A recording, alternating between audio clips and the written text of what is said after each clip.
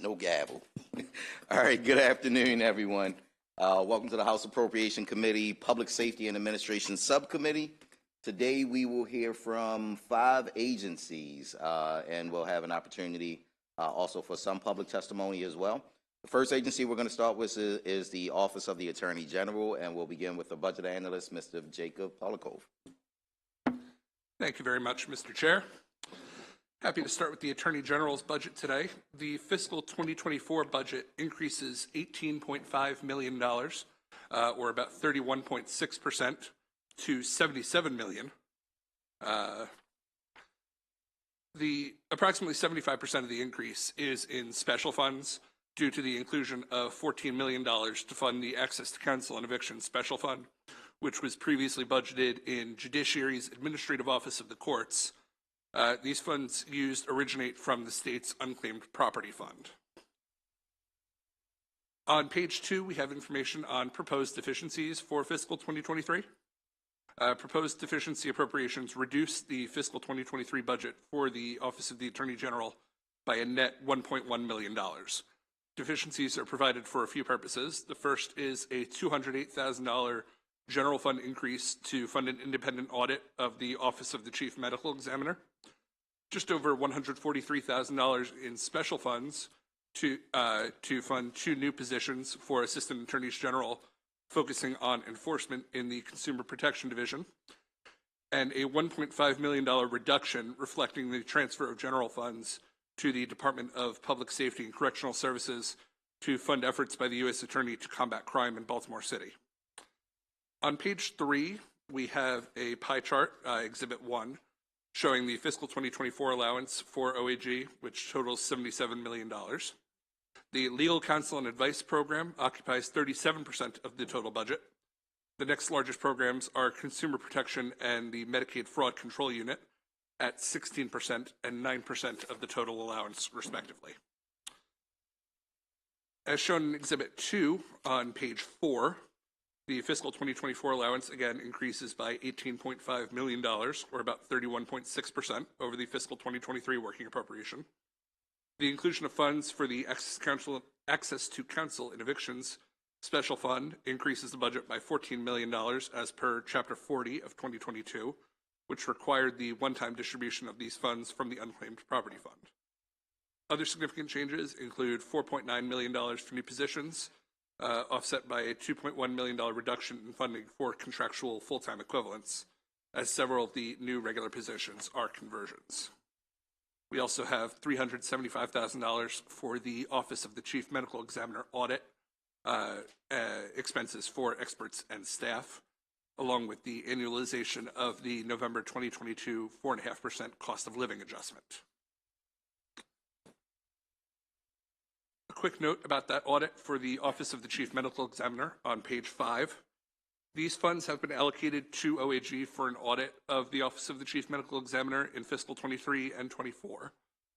This happened following the testimony of former Maryland Chief Medical Examiner Dr. David Fowler in the trial of former police officer Derek Chauvin in Minnesota. More than 400 medical experts signed a letter to the previous Attorney General calling for an investigation into OCME's practices for investigating in-custody deaths under Dr. Fowler. The previous Attorney General ordered an audit as a result of this letter, and the audit is ongoing. Personnel data in fiscal 2024, there's a net gain of 28 total personnel. There are 57 new regular positions, and there's a subtraction of 29 contractual FTEs. This subtraction of 29 contractual FTEs is to accommodate the addition, or the conversion rather, of 19 of them into regular positions. OAG currently has a 14.4% vacancy rate. As of December 31st, 2022, there were 42.4 positions vacant. The 57 new positions in the fiscal 24 allowance include 28 Assistant Attorneys General, 6 staff attorneys, 1 computer technician, and 22 administrative positions. OAG does currently have vacant positions matching the new positions requested in all of the divisions where new positions are being requested, with the exception of Educational Affairs. The Office of the Attorney General should comment on what is being done to fill these vacant positions and why the new positions are being requested when there are currently vacancies for similar positions. The vacancy rate of 14.4%, or 42.4 vacant positions. Of those, 15 became vacant on or before December 31st, 2021. 4 of those positions are Assistant Attorneys General, and 1 is a staff attorney position. The office has attempted to remediate part of this issue by implementing a 1 salary grade increase for attorneys in the fiscal 2024 allowance. On page 7, we'll find key observation number 1, which discusses the Independent Investigations Division completing its first year of operation. The Independent Investigations Division, IID, within the Office of the Attorney General was established in 2021 as per Chapter 132 of 2021. The division is tasked with investigating any police-involved death of a civilian in the state or any case with a likelihood of death. During IID's first 12 months of operation, 23 cases were investigated. Data including caseload projections for fiscal 2023 and 2024 may be found in Exhibit 3 on page 7.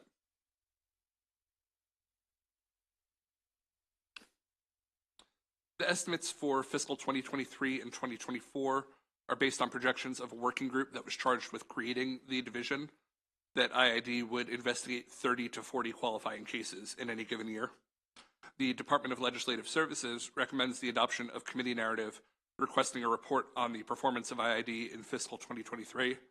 The report should include monthly data on the number of potential cases, the number of completed investigations, and the outcomes of cases.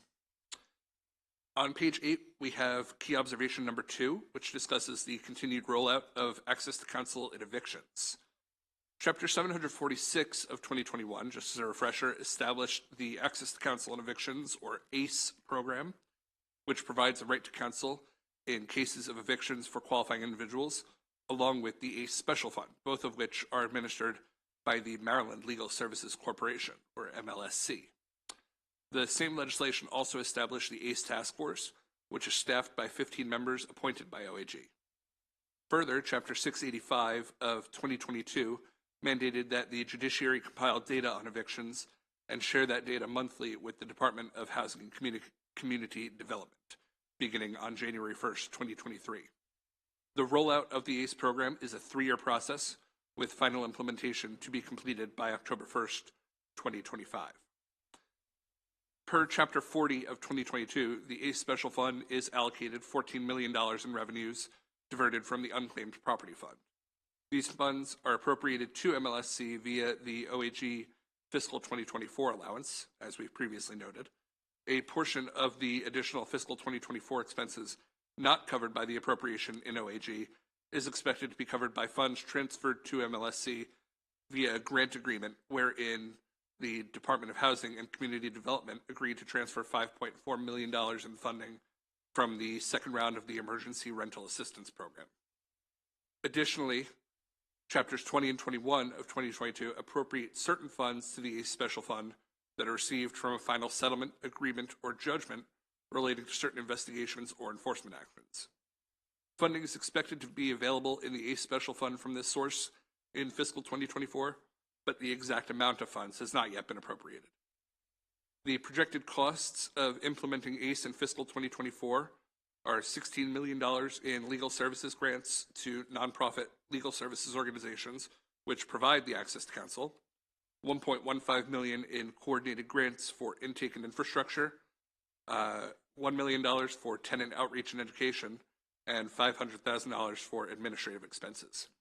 Exhibit 4, which can be found on page 9, provides a full breakdown of the funding available and what is still needed to fund access to counsel in evictions. So one thing that we can see in Exhibit 4 is that while 2024's funding is mostly taken care of, the entirety of the funding estimated to be needed for fiscal 2025 has not yet been determined. Funding provided to date has been used to fund legal services grants to providers in the program, along with administrative costs and tenant outreach and education.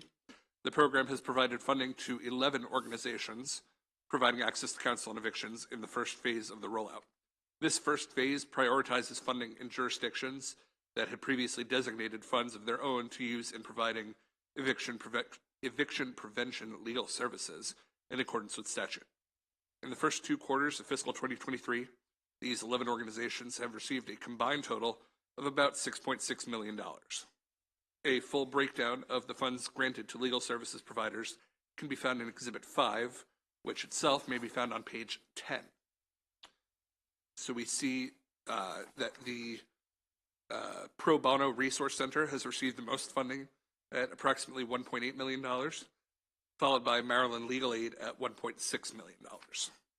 We have 11 providers here for 11 jurisdictions. And again, this is just the first 2 quarters of fiscal 2023.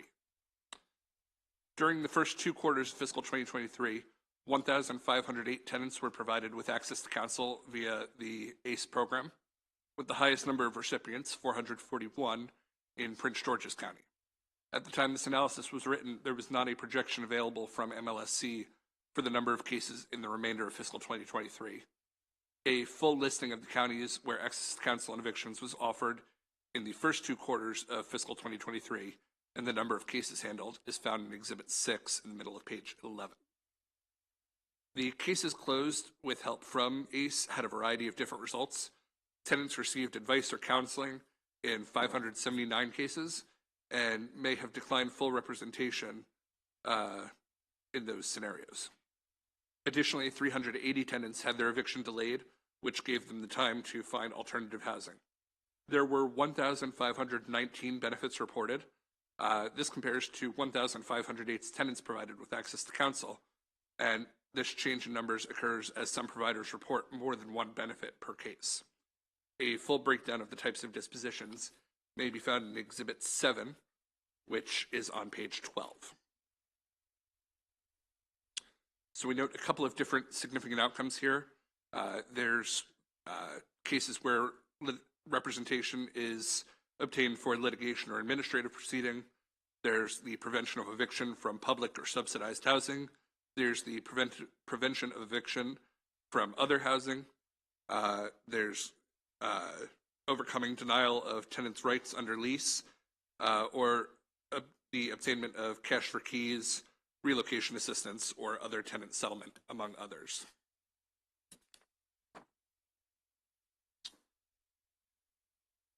On page 13, we have Exhibit 8, which discusses the number of applicants rejected by the Access to Counsel and Evictions program.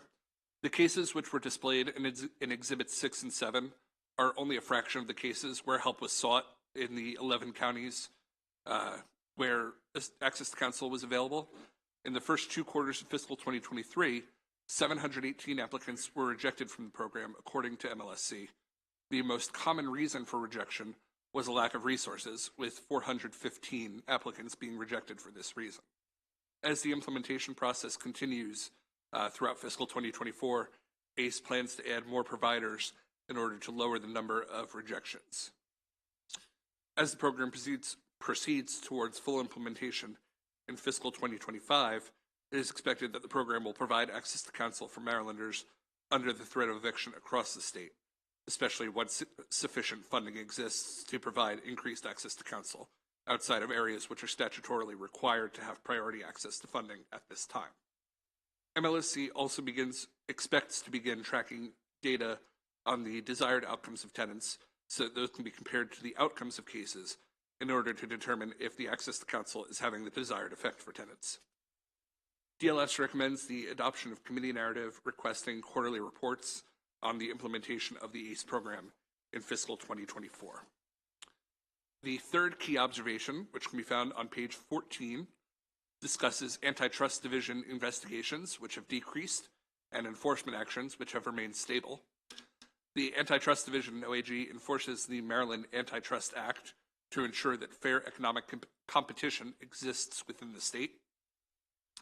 The Antitrust Division also represents the state in damage actions brought under federal and state antitrust statutes.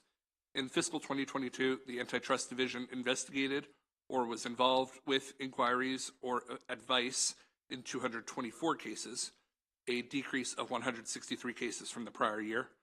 However, enforcement actions remain stable, staying at a total of 38 cases in fiscal 2022. OAG did not report any funds recovered in fiscal 2022 as a result of antitrust enforcement actions, in contrast to fiscal 2021, where more than $363,000 was recovered for the state. Data showing antitrust investigations, inquiries, and advice, along with enforcement and funds recovered, can be found in Exhibit 9 in the middle of page 14. And the Office of the Attorney General should comment on what has caused the decrease in the number of investigations, inquiries, and advice given in cases. The office should also comment on the lack of funds recovered in fiscal 2022. On page 15, we have the operating budget recommended actions. So the first is narrative requesting a report to detail the work of the Independent Investigations Division during fiscal 2023.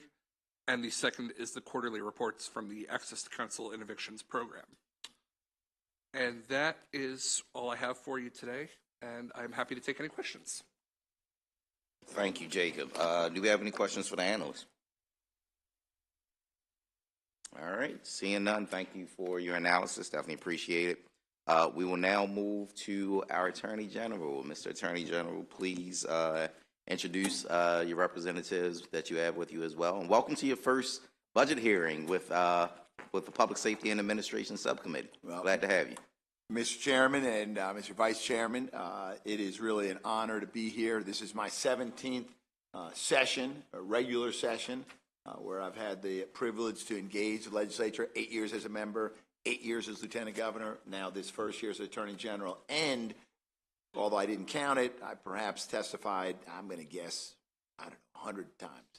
This is the first budget hearing I've ever been in, so it's exciting to be here. It's the best hearing. It's the best hearing, that's right. And I want to thank, I know Delegate McComas and I were on Judiciary back in the day, I believe, right? And but to each of you, thank you very much. I do want to begin by thanking Jacob Polakov for your work on analyzing our budget, presenting it, working with us, highlighting the issues that should be brought to the attention of the subcommittee. And Mr. Chairman, with that, an opportunity for us to respond. I do want to introduce my Chief of Staff, Candace McLaren, to my left. And soon to be my Chief Deputy, as soon as Ms. McLaren is admitted into the Maryland bar, waived in. She's not as if she's not an attorney, but she's barred in many other jurisdictions. And then, of course, no stranger, and that's my Deputy, Carolyn Quattrocchi, who are joining me today. So I briefly want to highlight just a few issues, and certainly we're available for questions. And some of them that you asked us to comment on, and others that we thought we should highlight. Let me first go to the vacancies, and I do think that's critical. I think my 8th week as in the Office of the Attorney General after maybe a 6-7 week transition, and the really glaring challenge that I was presented, and then I later learned it's a challenge to all of state government, are salaries. The underinvestment in state agencies. It's salaries. It's also things like IT and human resources. And don't get me wrong, it makes it challenging for state government to be attractive. I'm not talking about comparing salaries for attorneys, and I know most of the focus on the vacancies are on attorneys, with the private sector. We'll never compete with the private sector. The attorneys that join the Office of the Attorney General do so because they believe it is a noble calling. The value of public service, the belief that government, whether it's consumer protection or environmental protection or you name it, has an important role in protecting Marylanders. But we all have to put a roof over our head and food on the table. And when you compare in the public sector, we're just not competitive. The federal government, not too far down the road. I'm sure that in Idaho, they probably don't have the same challenge. But we're on the I-95 corridor, federal facilities up and down, and they pay much more. Even within the state, many of our local jurisdictions are paying their attorneys more. Baltimore City, on average, pays its prosecutors more than I do. Howard County, Prince George's, Montgomery County are all able to do that. So we're all competing, and the Office of the Attorney General is less competitive. So I'm very pleased in the governor's budget request. And as Mr. Polakov mentioned, there's a proposed one grade increase. I would have liked to have seen two, but one grade, I think it's going to go a really long way. And I should say, by way of footnote, what I'm really going to work with DBM on is get an alternative salary schedule to manage my attorneys. And don't misunderstand or hear me wrong. This effort that I'm waged in across working with my colleagues across government is to increase salaries for all state government employees. But right now, I know we're talking about attorneys. I do want to report that we already have filled 15 of those vacancies since my taking office. 7 have already started. 8 are going to start within the next few weeks. We've got offer letters out, and this brings the vacancy down to 29.4 or 9.9%.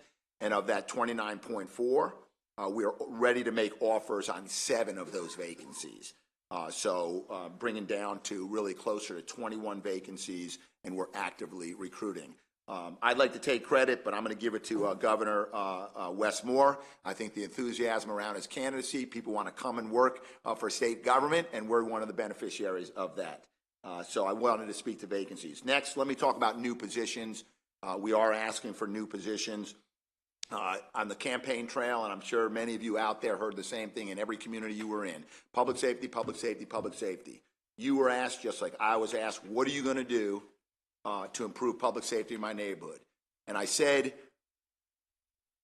I'm not going to investigate and prosecute our way to safer neighborhoods, because I think it's a much larger, comprehensive approach we need to take to driving down crime.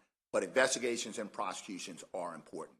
So I'm asking, and it's in the governor's budget request, I'm asking you to favorably consider it, increase in my organized crime unit. 18 positions, attorneys and non-attorneys. The organized crime unit in the Office of the Attorney General is second to none. We do things that no other prosecutorial arm in state or local government can do. Multi-jurisdictional, drug trafficking, gun trafficking, human trafficking, both labor and sex. No one does it like we do. We have the FBI, ATF, DEA, Baltimore City, Prince George's, Montgomery, you name it, are knocking on the door saying, hey, we've got these large, complex investigations, often requiring wiretaps and physical surveillance, and you name it, and we're taking them. But the line is getting long. And one of the things that I believe about justice is it should be swift. It should be swift and certain. And with an additional and enhanced organized crime unit, we can really go after that and expand the scope to some organized retail crime, which is, as you know, you see it nightly on the news, is exploding. That's a capability we have. We need to double that capability. The other is the Medicaid Fraud Control Unit. That's also in my Criminal Investigations Division. We have 8 teams, lawyers and investigators that are out there in assisted living facilities, nursing homes, and it's a great match. 75% paid by the federal government, 25% by state government, right? So like all Medicaid, it's always a good deal for states. This one as well. We investigate fraud and, as of the last several years, expanded the authority to abuse and neglect. Those cases are on the rise, abuse and neglect. And we can go after the abuse and neglect even when they're not necessarily a Medicaid receiving nursing home, although most of them are. But we can go after that. So we're asking for sufficient personnel to create 2 new investigative teams. Each team today currently has visibility on 10,000 providers. That's a lot of providers to keep your eye on. So we need 2 additional investigative teams. We're already incorporating more forensic data analysis. So this is going to really be important for the state. And I'm going to make this point here, and I got to slow down because I don't want anyone to get me wrong on this one. The work we do is to protect Marylanders. That's true whether it's seniors in a Medicaid-supported nursing home, whether it's consumers buying an automobile, or whether it's someone who wants to live in a safe neighborhood. Our number one job is to protect Marylanders, right? To stop bad behavior, either deter it or go to court and get injunctive relief. In addition to that, we recover a lot of money for Marylanders, consumer protection, securities, fraud. We also recover a lot of money for the state. So I say I want to be careful because I'm not sitting here saying, hey, look at us as a profit center. That's not our charge. But we recover a lot of money for the state. There is more Medicaid fraud out there than we will probably ever be able to tackle to the ground. If I get more resources, I can recover more. That is true for Medicaid fraud. It is true for consumer protection. You know the scams. Your families, yourselves, perhaps have been victims. It's out there. It's more than anybody can handle. More resources, more injunctive relief, more recovery for Marylanders. I just want to make that footnote there. Now let me go on to my third point, if I may. You asked about Mr. Polakov mentioned the antitrust investigations and actions, and they are down. Just a few years ago, we had 5 attorneys in that in antitrust. Today we have 3.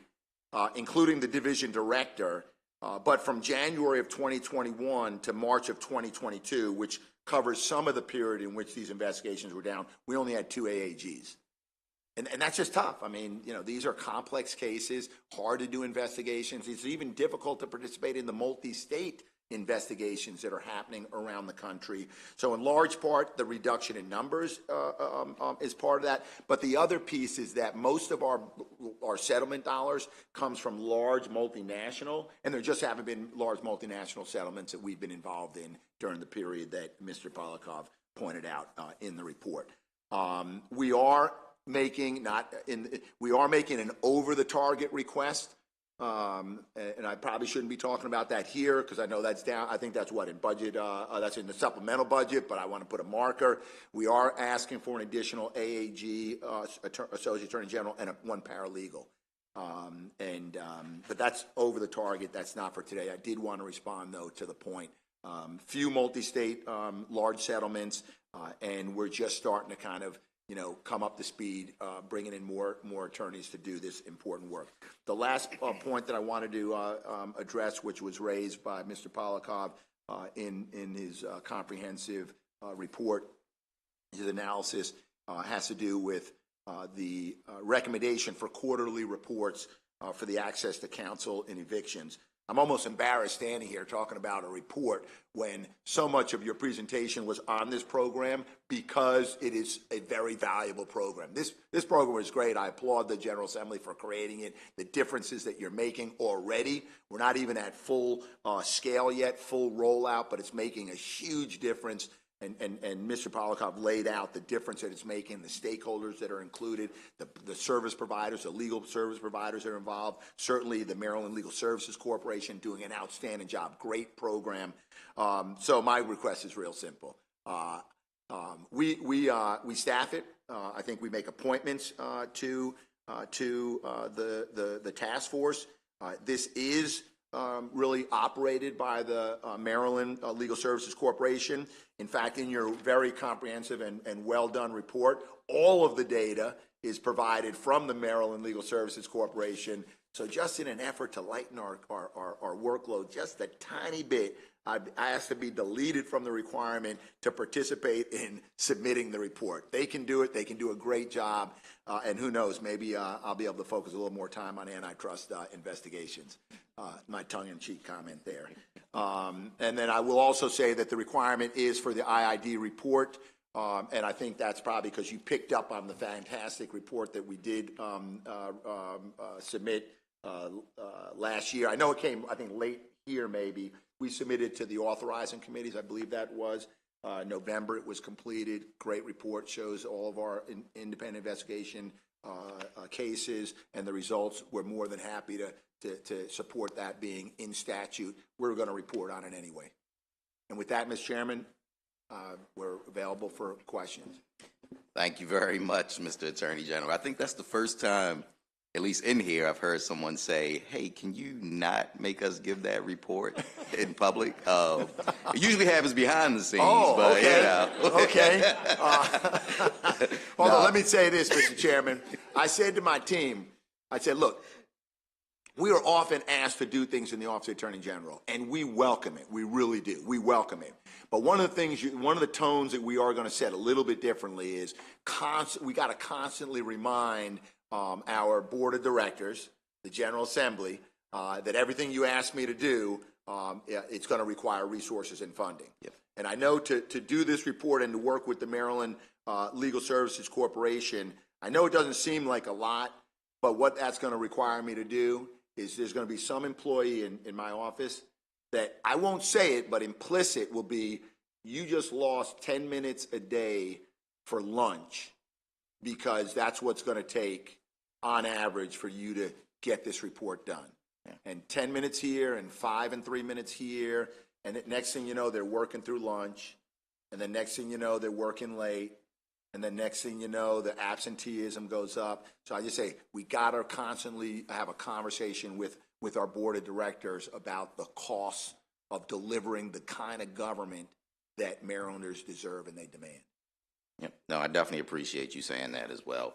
And I appreciate the fact that you are moving in the right direction in terms of hiring new staff as well. And so as of this report, you have already hired, 7 more people that you talked about. So looks like, you're moving things in the right direction. And I won't say that that's because of the governor's administration. It may be because of Attorney General Brown's administration as well. So give some credit to you as well. Are there any questions? I see Delegate Acevedo has the first question already. Thank you, Mr. Chair. Welcome, Mr. Attorney General. It is good to, certainly looking forward to working with your team, and it's good to see you.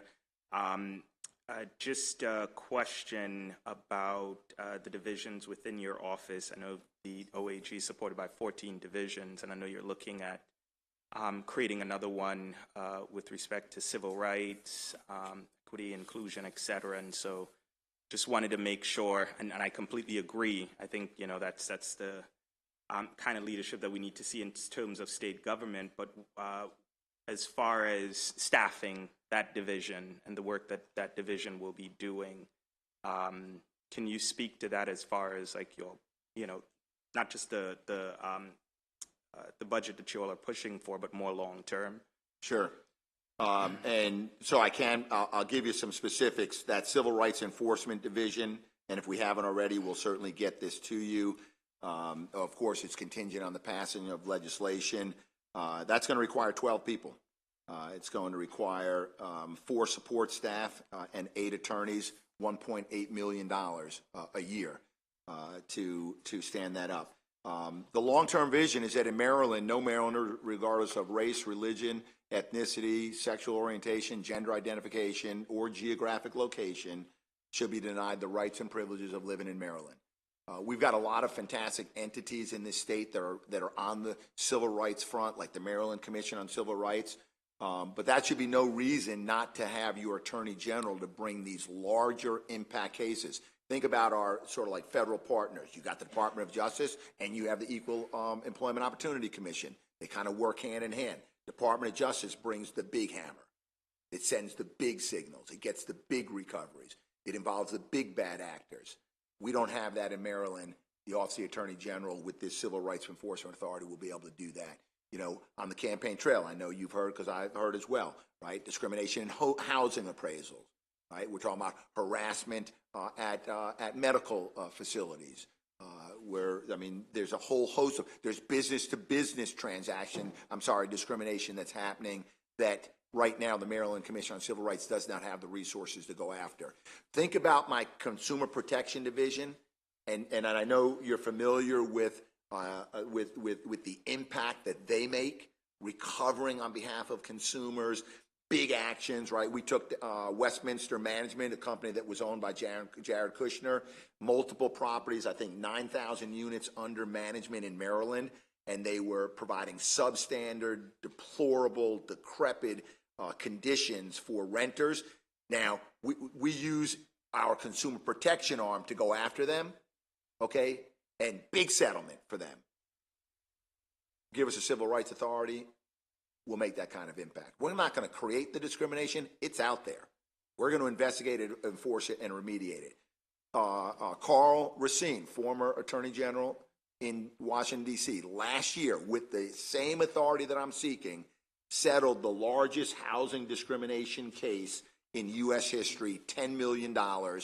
Similar to our consumer protection, a multi-property management company, 9,000 units under management in the District of Columbia, and he settled a huge stage, but more importantly, he got injunctive relief, and some of those actors can't even participate in the rental market in Maryland anymore. And you know what the base of the discrimination was?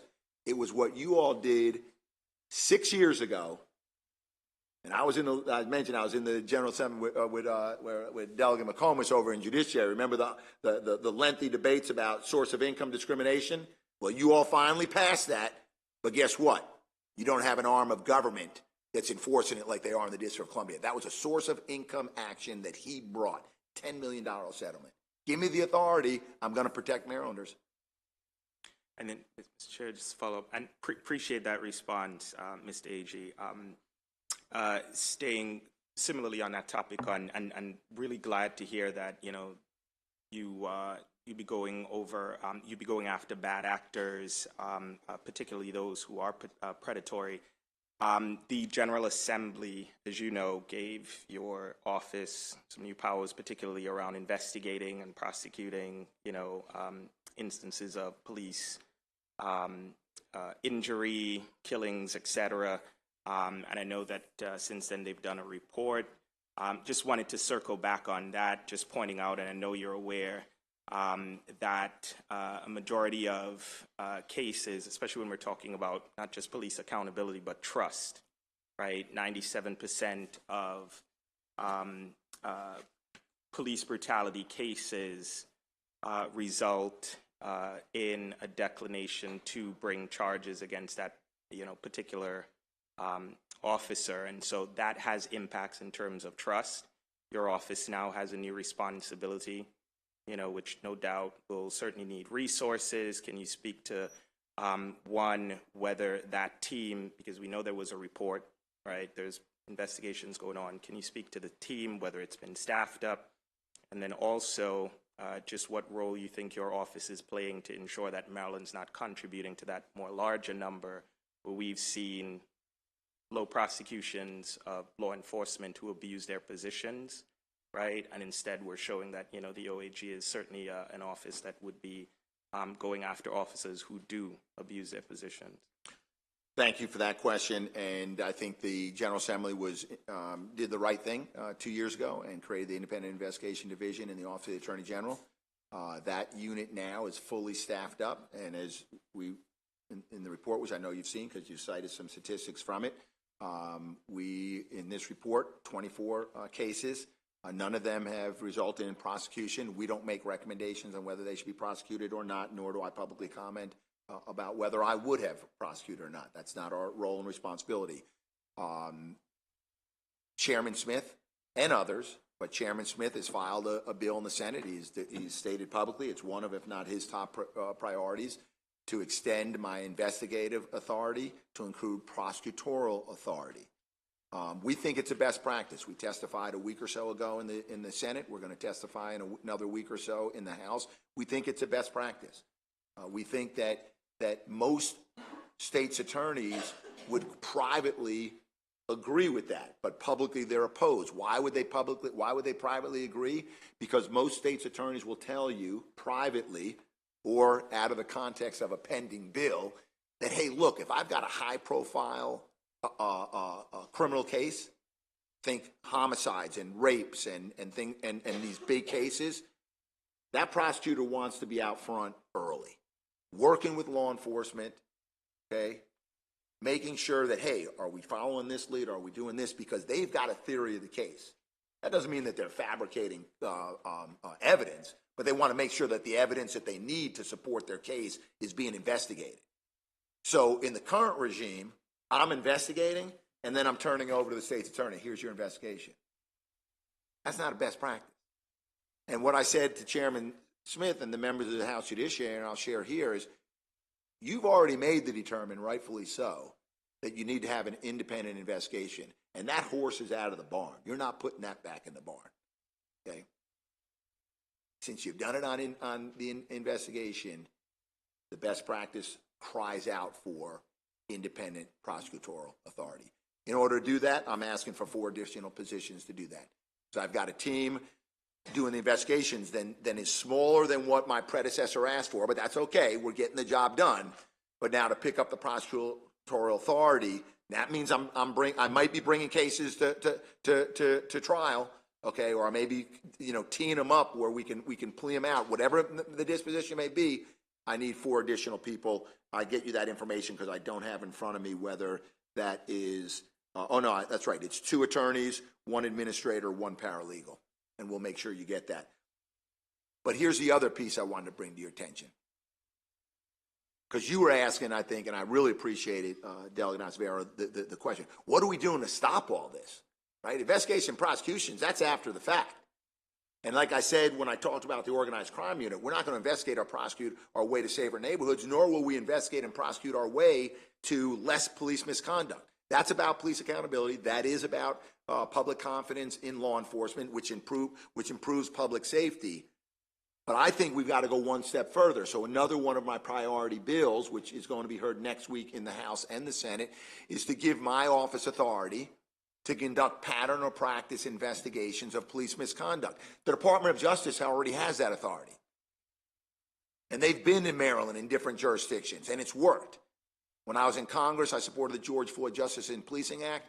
The Department of Justice worked with Congress. It didn't pass. It didn't make it out of the Senate. Said, hey, you guys ought to put a provision in there that encourages states to adopt this authority at the AG level. It can be done better there. We can cover more ground. Why is it important? I'll give you Memphis as an example. The Scorpion Unit. Yeah, if that happened in Maryland, I got IID that will investigate, and if you give me the authority, we'll prosecute it. But when we're already beginning to see that there have been complaints, and probably we're going to learn many complaints that were lodged against the Scorpion Unit.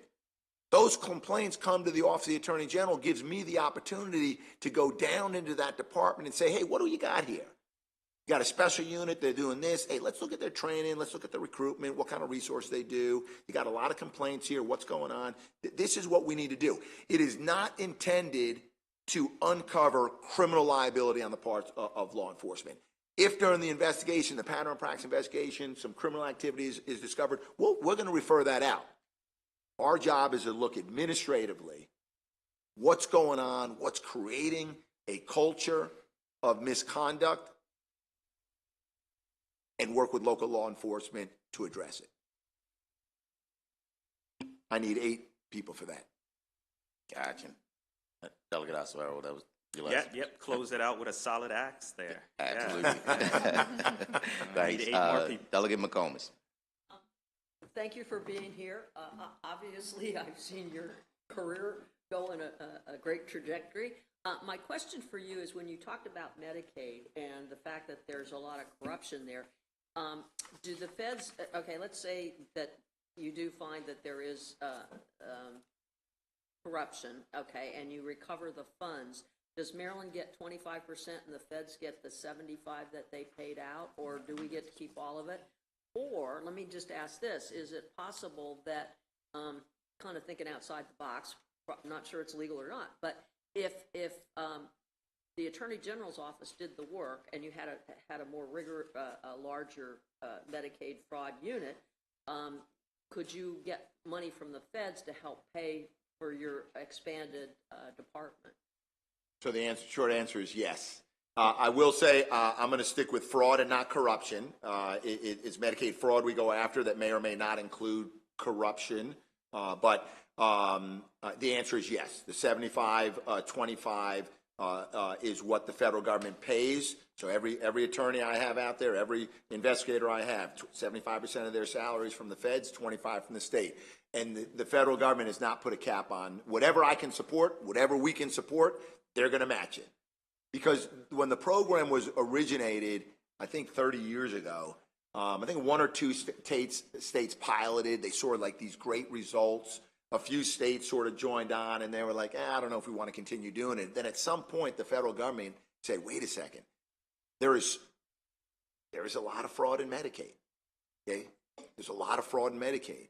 And because there's a lot of money. And folks are getting smarter and smarter on how they can defraud Medicaid. So we want to increase it. We want to bring in some more IT. We got a forensic investigator who now is on our team. He's already on our team. It's saving us. I'm having to go to outside law enforcement and wait months to get results. If I expand that team, I can assure you that 25% of the cost of expansion, it's going to pay for itself. It just will.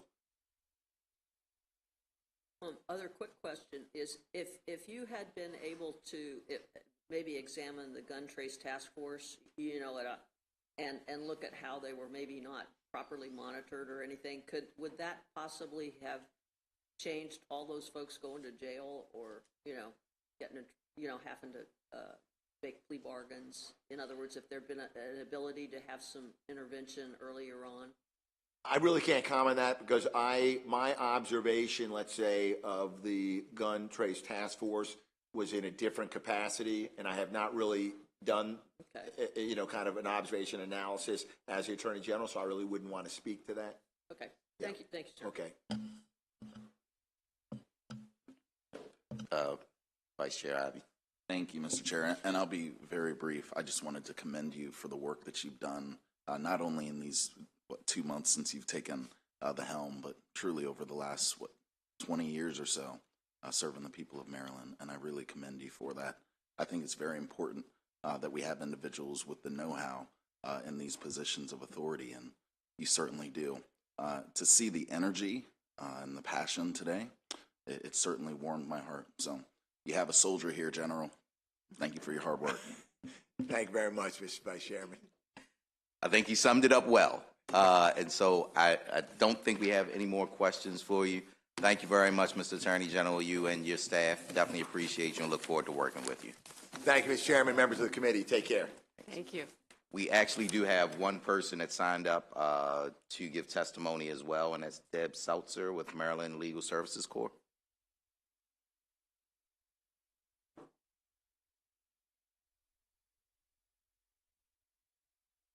Thanks, Deb. And you'll have 2 minutes. Thank you, Mr. Chair, Mr. Vice Chair, members of the committee. My name is Deb Seltzer. I'm the Executive Director of the Maryland Legal Services Corporation. As you heard from Mr. Polakov, we administer the Access to Counsel and Evictions Program, which goes through the Office of the Attorney General budget. I'm just here to say that we are happy to take on the reporting responsibilities for this program and happy to answer any questions. But we thank Mr. Polakov for his thorough review and the Office of the Attorney General for their partnership in this very important program. Thank you. I think you stole my thunder. That was going to be my question. Are you willing to take on that report? We are happy you already to said continue that you would. So, yes. all right. Any other questions? Seeing none. Thank you. I Thank appreciate it. Thank you for all that you do too with Maryland Legal Services Corporation. Thank you. So that will end the hearing for the Attorney General. Office of the Attorney General will now turn it to the Office of the State Prosecutor and Mr. Jacob Polakov again.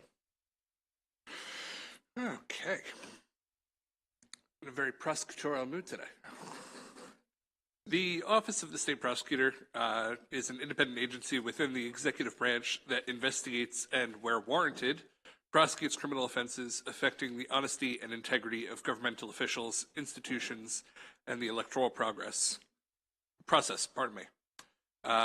The state prosecutor's operating budget in fiscal 2024 increases $128,842, or about 5.7%, to a total of $2.4 billion.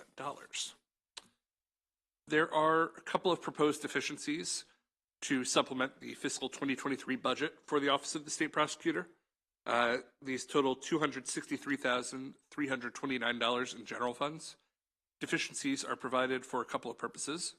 The first is $185,487 to supplement the appropriation for 3 contractual positions for an assistant state prosecutor, 1 paralegal providing administrative support, and 2 part-time investigators, and then $77,842 to supplement operational shortfalls in a few different areas, including regular salaries, motor vehicle expenses, and contractual services, among others. In the middle of page 2, we'll find Exhibit 1, which shows an overview of the agency's fiscal 2024 budget allowance. Approximately 85% of the Office of the State Prosecutor's budget is dedicated to personnel spending. Other large parts of the budget include contractual expenses and fixed charges, which take up about 10%, and then motor vehicle spending, which takes up about 3%. On page 3, we take a look at the proposed budget change, which, as previously mentioned, is $128,842. This increase is largely driven by an increase in contractual personnel expenses, along with motor vehicle purchases. So, as we've mentioned, incremental salary increases drive up the proposed budget, along with an increase in employee and retiree health insurance, and the annualization of the November 2022 4.5% cost of living adjustment, along with the purchase of 5 motor vehicles for investigation and prosecution-related travel, and lower budgeted turnover for contractual personnel. On page 4, just a quick note about those motor vehicle purchases. The fiscal 2024 allowance includes funding for the purchase of 5 motor vehicles. OSP has determined that their various needs would be best served by a couple of different types of vehicles, which they intend to use for travel throughout the state for investigations, prosecutions, and surveillance. The different vehicle types are useful to the office when executing a search warrant or conducting surveillance. Additionally, the vehicles help to protect employee safety. Personnel data on page 4 shows that as of December 31st, 2022, there was 1 vacant position.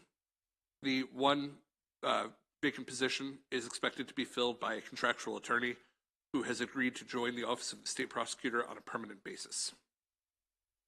In fiscal 24, we see that the Office of the State Prosecutor gains 3 additional contractual FTEs.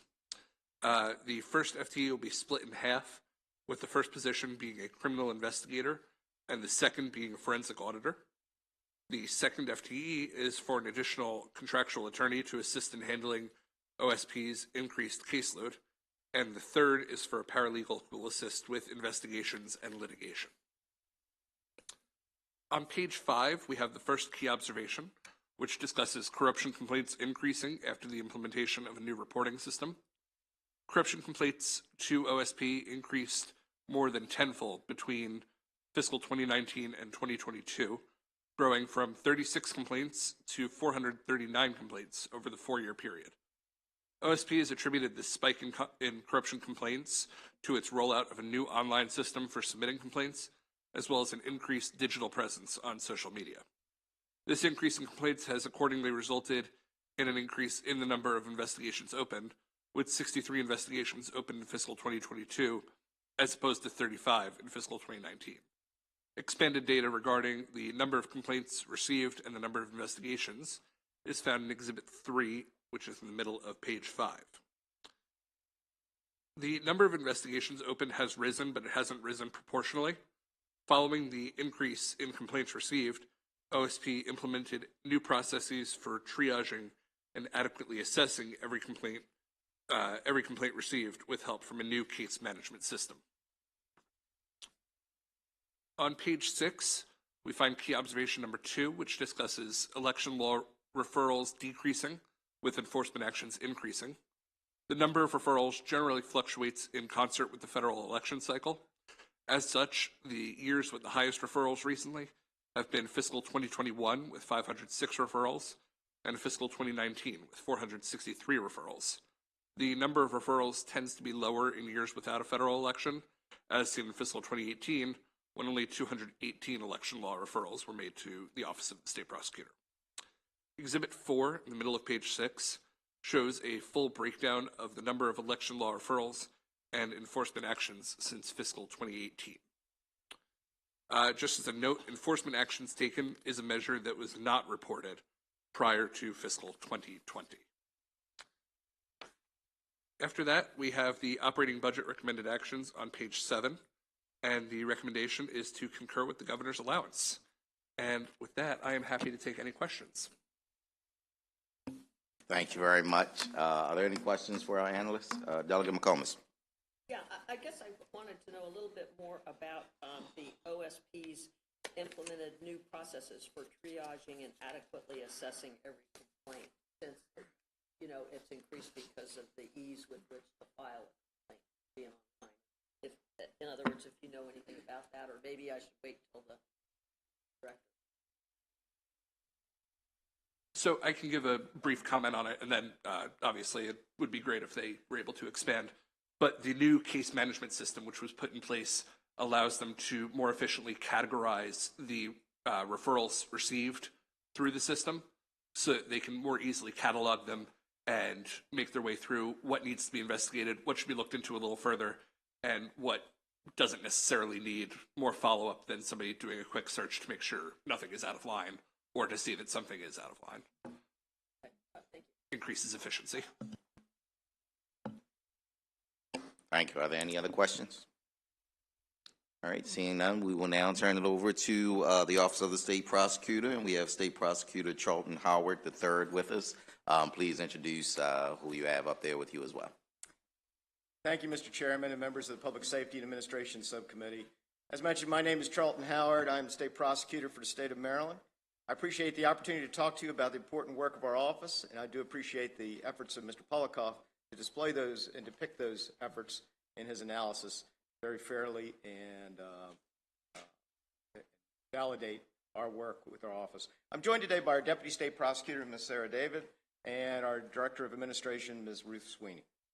The Office of the State Prosecutor has jurisdiction over specific crimes related to public corruption, official misconduct, and election law. This year, our office received a record number of complaints and has charged corruption cases throughout the state of Maryland. And this is a trend, as Mr. Polikoff has mentioned, that has continued since fiscal year 19. In addition, our office has worked hard to ensure that elections are fair and transparent in collaboration with the State Board of Elections and also with members of the public and local boards of election to ensure election integrity. To cite a few examples of our overall caseload from this past year, we charged 2 campaign treasurers, one in Baltimore County and one in Annapolis with theft of campaign funds. We also charged a former delegate for abusing his position in the Maryland General Assembly for using funds allocated for a district office for rent of a personal residence. We have also seen a significant increase in our police misconduct complaints, and I know that that's of interest to the committee based on hearing the testimony of the Attorney General.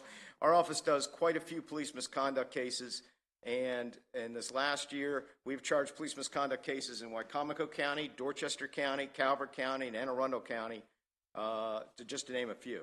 In fact, there's very few counties we don't seem to be involved in anymore, which I think demonstrates the pervasive nature and problems we associated with police misconduct cases.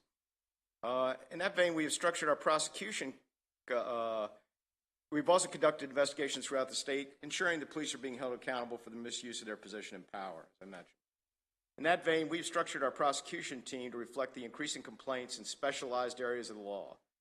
Obviously, I can't discuss cases that have not been charged, but I can say in general that our case numbers show a significant increase in corruption and police misconduct allocations over the past 2 years. A number of those cases have involved a significant increase in special victims cases within our jurisdiction. When I took over this job over 3 years ago, I honestly thought the vast majority of my caseload would be white-collar crime and financial misconduct, and certainly we prosecute quite a bit of that.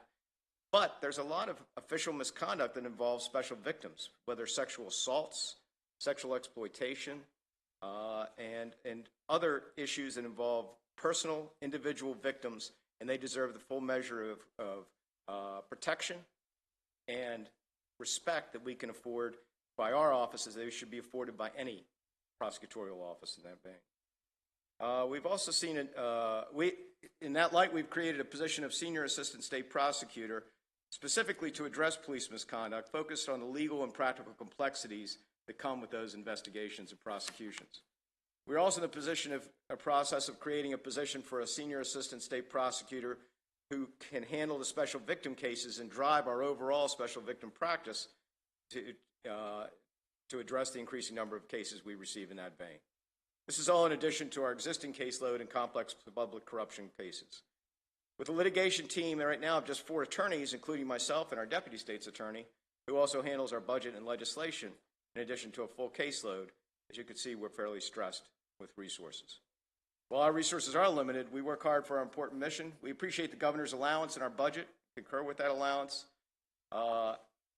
Thank you so much for your attention and your support. We've provided written testimony to address some of the more specific questions about our structure and future goals.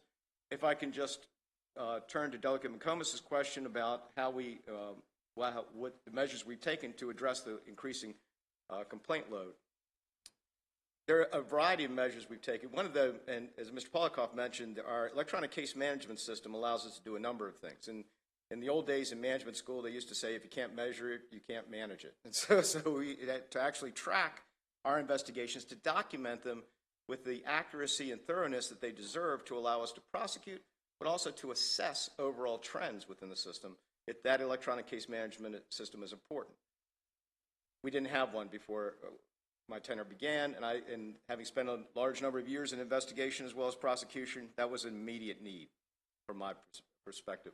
We also established a report writing policy to establish protocols for the documentation and reporting of these cases, so that if in the event I'm going to trial, I've got materials that can meet discovery requirements. But if I'm not going to trial, but there's a wrong that can be addressed administratively by another agency, we can refer the case to that agency with the documentation that will allow them to take appropriate action, rather than having to reinvent the wheel from the beginning of that measure.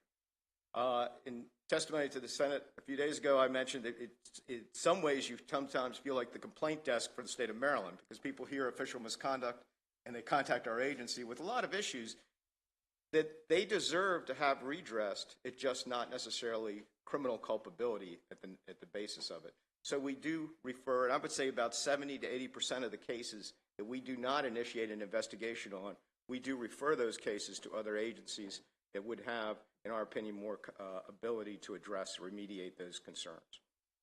So there's report writing policies. Each of those complaints requires some investment of investigative resources, though, because someone can't craft a complaint and read like a lawyer, or it's created by a lawyer, doesn't mean they don't have a legitimate complaint. So we have to check into it and and to assess it, to do some initial inquiries to determine whether it really is within our jurisdiction, and whether we can have the resources and tools to address those issues.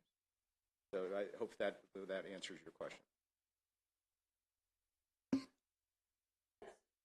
But I had another quick question. You indicated that you're seeing that there's some issues with the police as far as misconduct. Is that what you said? Yes, I think we've seen an increase in the number of complaints to our office based on police misconduct. And we get those, there's a couple different sources of those complaints. Well, what I was wondering is, are they of a sexual nature, that they're taking advantage of their power and authority over, let's say, a female victim or another kind of victim? And the reason I'm asking that is because then do you refer the victim who's maybe filed the complaint to get some help from the sexual abuse, spouse abuse resource centers? Or I'm kind of wondering that because, I'll just be very honest. Police are required to power and control, take over the situation, and sometimes we're trying to weed out the bad apples, but maybe there are still some bad apples out there. I don't know, and I just kind of wonder, because I remember a case in Harford County a long time ago where a lady was violated by a state trooper, and they finally caught him and he was prosecuted. I think he was Jeffrey Jones, and I'm talking a long time ago. So, but I kind of wondered if there's those kind of problems where somebody's picked up middle of the night or whatever and said, "Oh, you're speeding," and they're a vulnerable person, and so I was kind of wondering if that's a problem. That's a great question, Delegate. The I'm reality sorry, it's policy, but Yeah. I digress. Yeah. But we do see cases exactly of the type you're talking about. We do see cases which are manifest in police misconduct in other ways, whether it can be through an assault that's not sexual but still hurts someone, whether they are, or a lack of action. For example, we prosecuted a case with a police officer here in Annapolis who was a detective in charge of investigating sexual assaults, and we charged him with misconduct because he failed to investigate those assaults diligently and then close the cases administratively. So we do see those kind of cases as well as other kinds of misconduct cases. We are relentless when we do have a case with a victim to ensure that that victim, one, is accorded all the rights and privileges as they're entitled to under Maryland law, but to ensure that there are referrals to appropriate services and services in the locality where that victim lives. So if I have a victim on the Eastern Shore, it doesn't do me much good to refer them to somewhere in Baltimore City. So we have a network, and we work closely with our local counterpart state's attorney's offices with their victim rights advocates and services to ensure that they get that appropriate attention throughout. Thank you. Thank you, Mr. Chair. Thank you. Delegate Acevera. Thanks, Mr. Chair. I'll be quick. Welcome, Mr. Howard. Thanks for your responses. I appreciate you bringing up the cases that your office has dealt with over the years on police misconduct. I remember, of course, in the case of the Greensboro Police Chief, Michael Petio, in the case of Anton Black. And I think, one, that was certainly good that your office, acted in your capacity. But to my point to the AG earlier about prosecutions, right? One of the things we've noticed is that when there are convictions, that officer usually receives a sentence lesser than what a civilian who committed a similar offense would get. And I guess that's the challenge. One is not just bringing the case, but then also it's the sentence, because then that sends a direct message to the community, whether it's actual accountability or not. And so in the case of Michael Petio, which, good work on your office's team, but a suspended sentence where essentially, he's not serving any incarceration, that sends a direct message to the community, the Greensboro community and Maryland at large, that here you have individuals who are abusing their positions, are being prosecuted, and we already have a low prosecution rate in terms of, what we, charges that we bring against law enforcement. And then the sentences are usually lesser than what a civilian who committed a similar offense would get. And I'm curious as to your thoughts on that, because yes, prosecutions are important and we want to make sure that you'll have the resources to do it. But part of the reason that we have prosecutors and the state prosecutor's office is to ensure that you all are not just bringing charges, but the right kind of accountability is coming about. And I know that includes a judge, adjudicating, et cetera. But I'd appreciate your thoughts on that, because when we talk about police accountability, I mean, that's a big part of it. You're absolutely right, Delegate Acevero. And I think that in order to ensure not only specific deterrence, that the individual you're charging isn't going to do that type of misconduct or commit that kind of crime again, but they're just equally important, or perhaps more important, is general deterrence, to ensure that the message gets out to the community, the police officers that abuse their positions of trust are held accountable. And being held accountable is not just being charged, not just being prosecuted, but being prosecuted in a way that's meaningful and that it has impact, both for that individual, but more broadly for the community as a whole. There's not a pattern and practice of police misconduct case that can be charged criminally. It's hard for us to reach that. I'm fully in support of the Attorney General's efforts to build a civil rights division that can proceed in the civil law and identify those pieces. And I support him when he's saying that if he identifies criminal culpability, that it would be referred to offices, my office or to the local state's attorney's office, that can then prosecute that. The challenge we have is the types of cases. For example, Chief Petio. Now, he was actually tried, I think, prior to my taking office, but we have successfully defended that conviction, both on he's challenged it on post-conviction. Our office defended that, ensured that he retained, that the conviction stood during my tenure here. He was charged, in Chief Petio's case, he was charged with falsifying a certification from one of the officers that was involved in the Anton Black affair.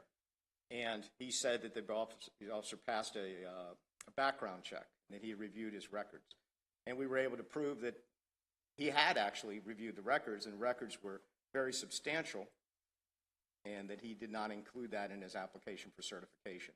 I lied on that application, and that's what he was convicted of. And so it's horrific that those mistakes end up with consequences that go into, you think, oh, well, you just made a mistake on a form, and all police departments are having challenges recruiting people, and so we'll just say, oh, okay, he's okay. And people don't realize that then those are people going out on the street, they're being put in positions of power, and they can abuse that power. So I think it is a serious charge, and I absolutely agree with you that we will continue to seek the charges that we can sustain and prove. But I honestly believe if we had taken, even looking back on that, even though the trial was prior to my taking office, that if we had taken that case to trial, probably would have got a similar sentence from the judge. So it's when we engage in these plea negotiations or engage in a trial, we have to always assess what actually we think we'll be able to get, because it's the judge that makes the ultimate decision, whether to accept the plea in the first place or whether to hold a sentencing after. I know that Ms. David has been significantly involved with our police corruption cases. I'll offer her an opportunity to comment. Delia, did that answer your question, or do you? So I'll say this. Police misconduct cases have a lot of complexity, a lot of legal complexity, but also they're generally not cases that we're going to see the same, at least the cases that come to our office, that we're going to see the same type of crime as being committed by a civilian, as you were kind of referencing. Somebody, as Mr. Howard referenced, failing to investigate a rape allegation. Somebody who is abusing their power in a way to take advantage of individuals, or take advantage of their position to help somebody get a job. And so we're really in a position of looking a lot at what are the Maryland sentencing guidelines, and unlike our federal counterparts, there isn't an enhancement for a position of trust like there is, there. So we're looking at the same guidelines actually for civilians, and potentially there's a discussion to be had about whether abuse of a position of trust is something that maybe the Maryland sentencing guidelines could consider. But so actually, in fact, we are stuck with the same guidelines for what would happen if it was a civilian, when in fact, the abuse of power is a situation that we want to engage in. And I'm happy to discuss that more with you offline.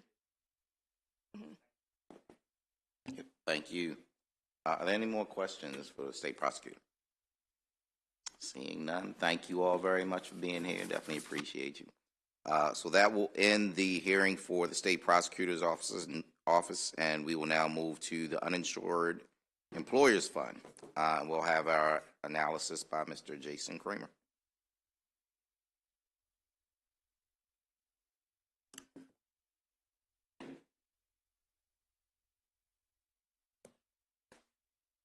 Thank you, Mr. Chairman.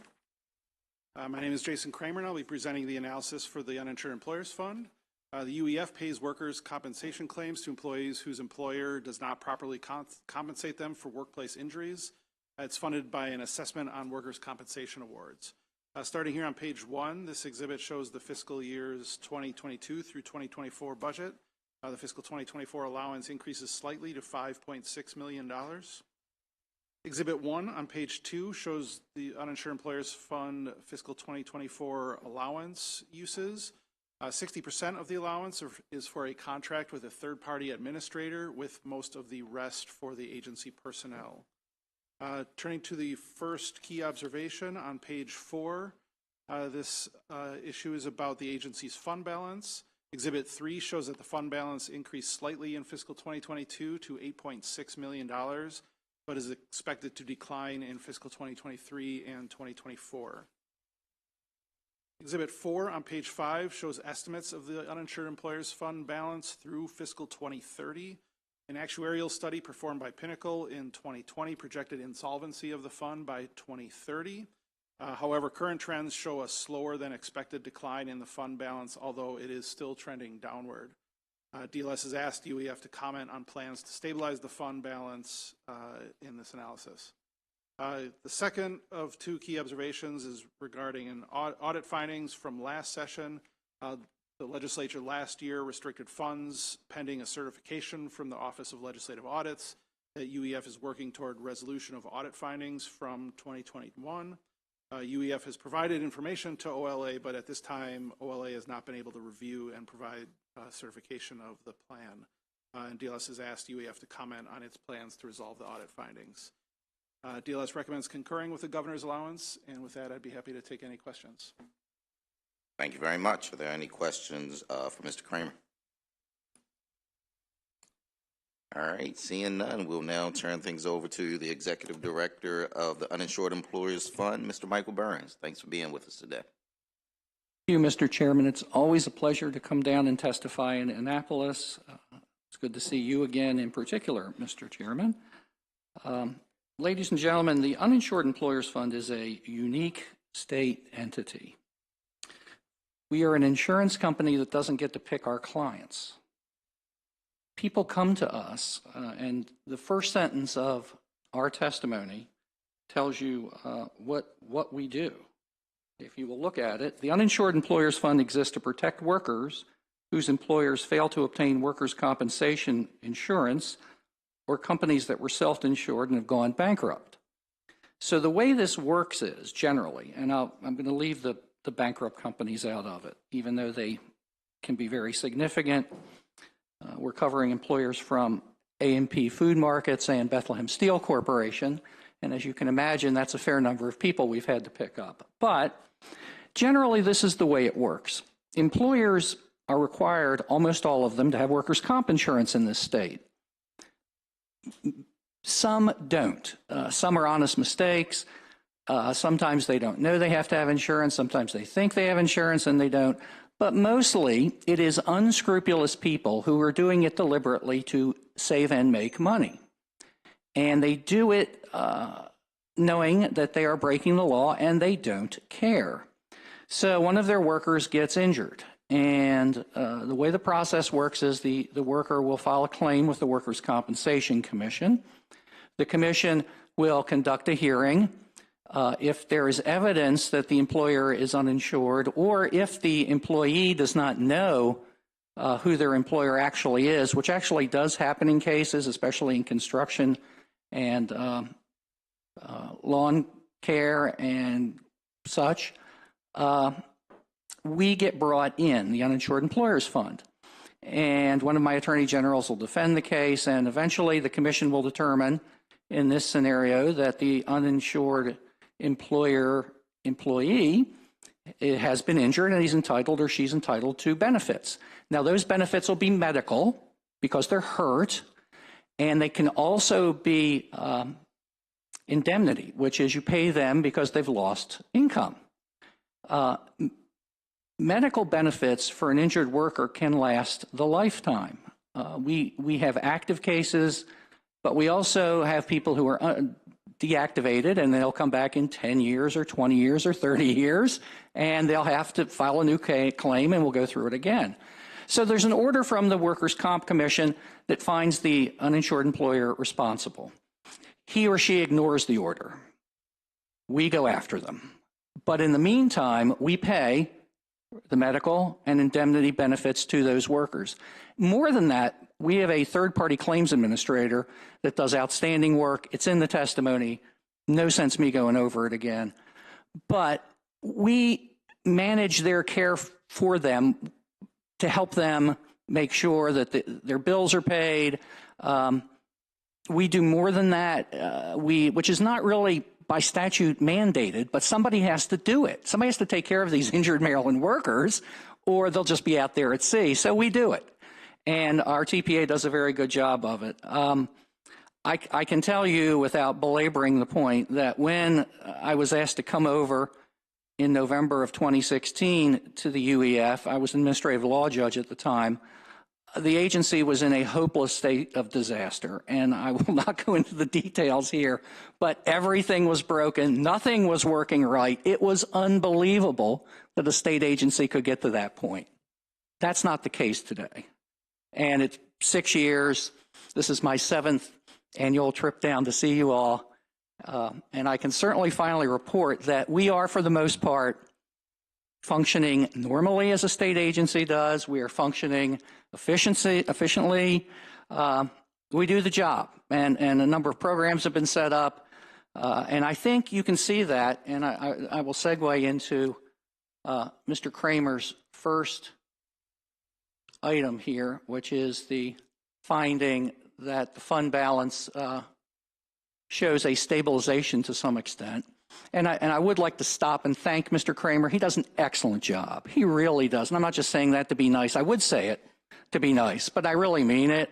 He's very thorough. He's very fair. He's just responsive. He's like the state employee you want to deal with. Okay.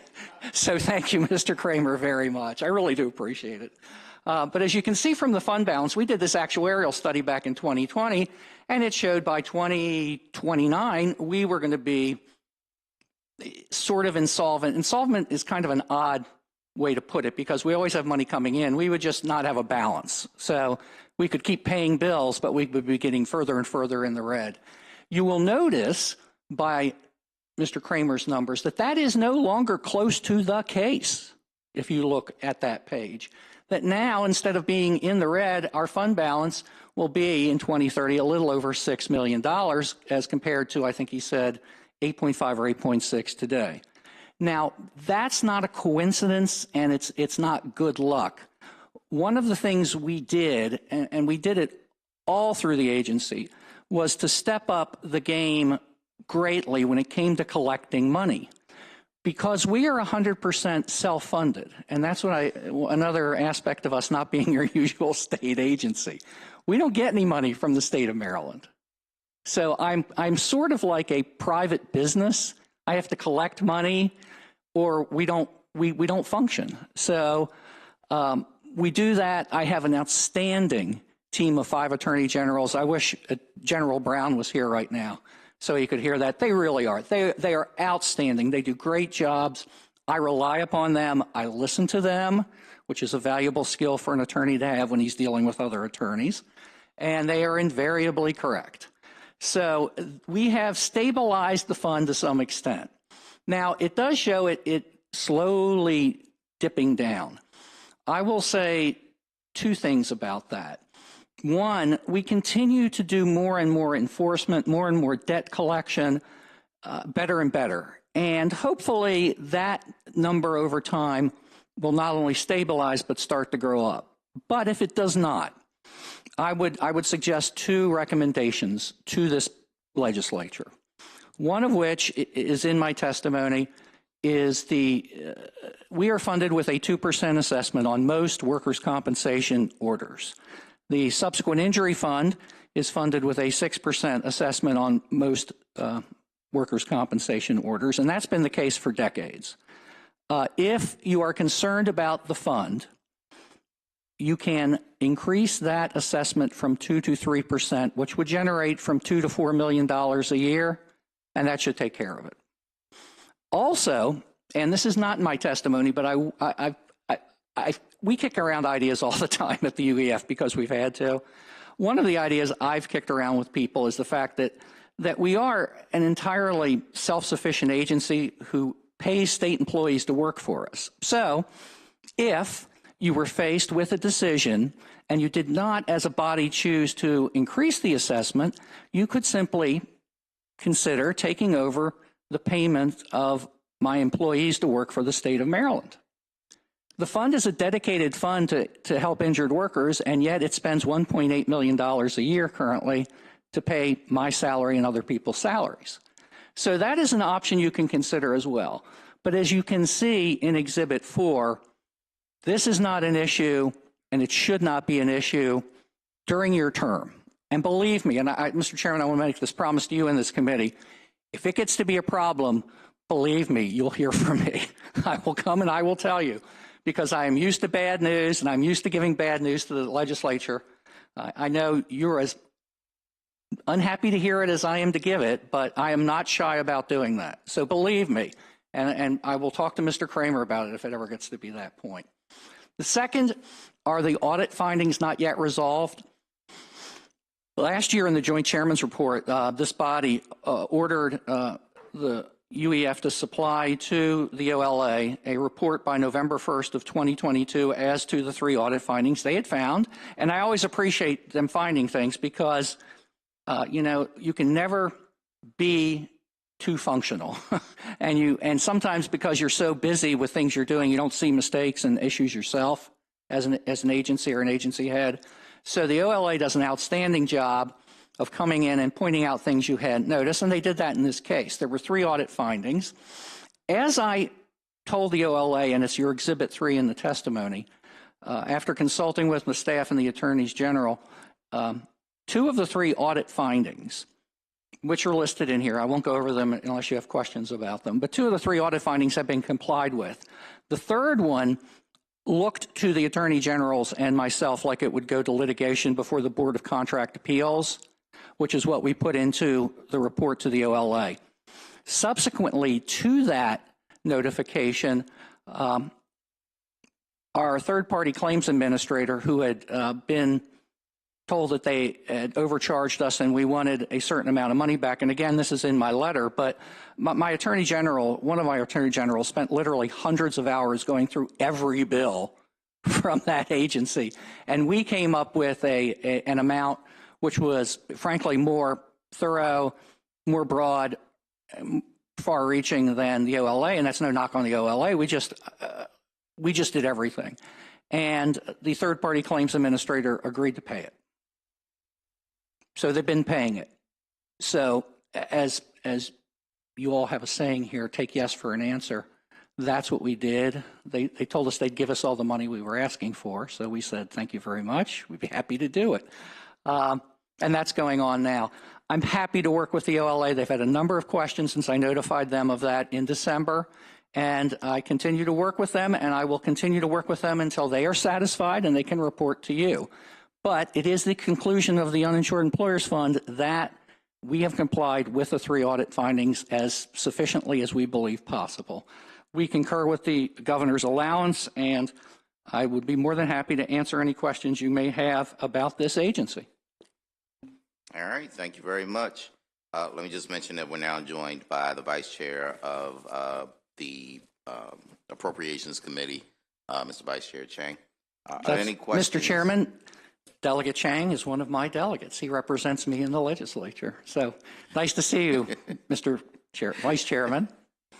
Thank you. Are there any questions for this agency? Yep, Delegate McComas.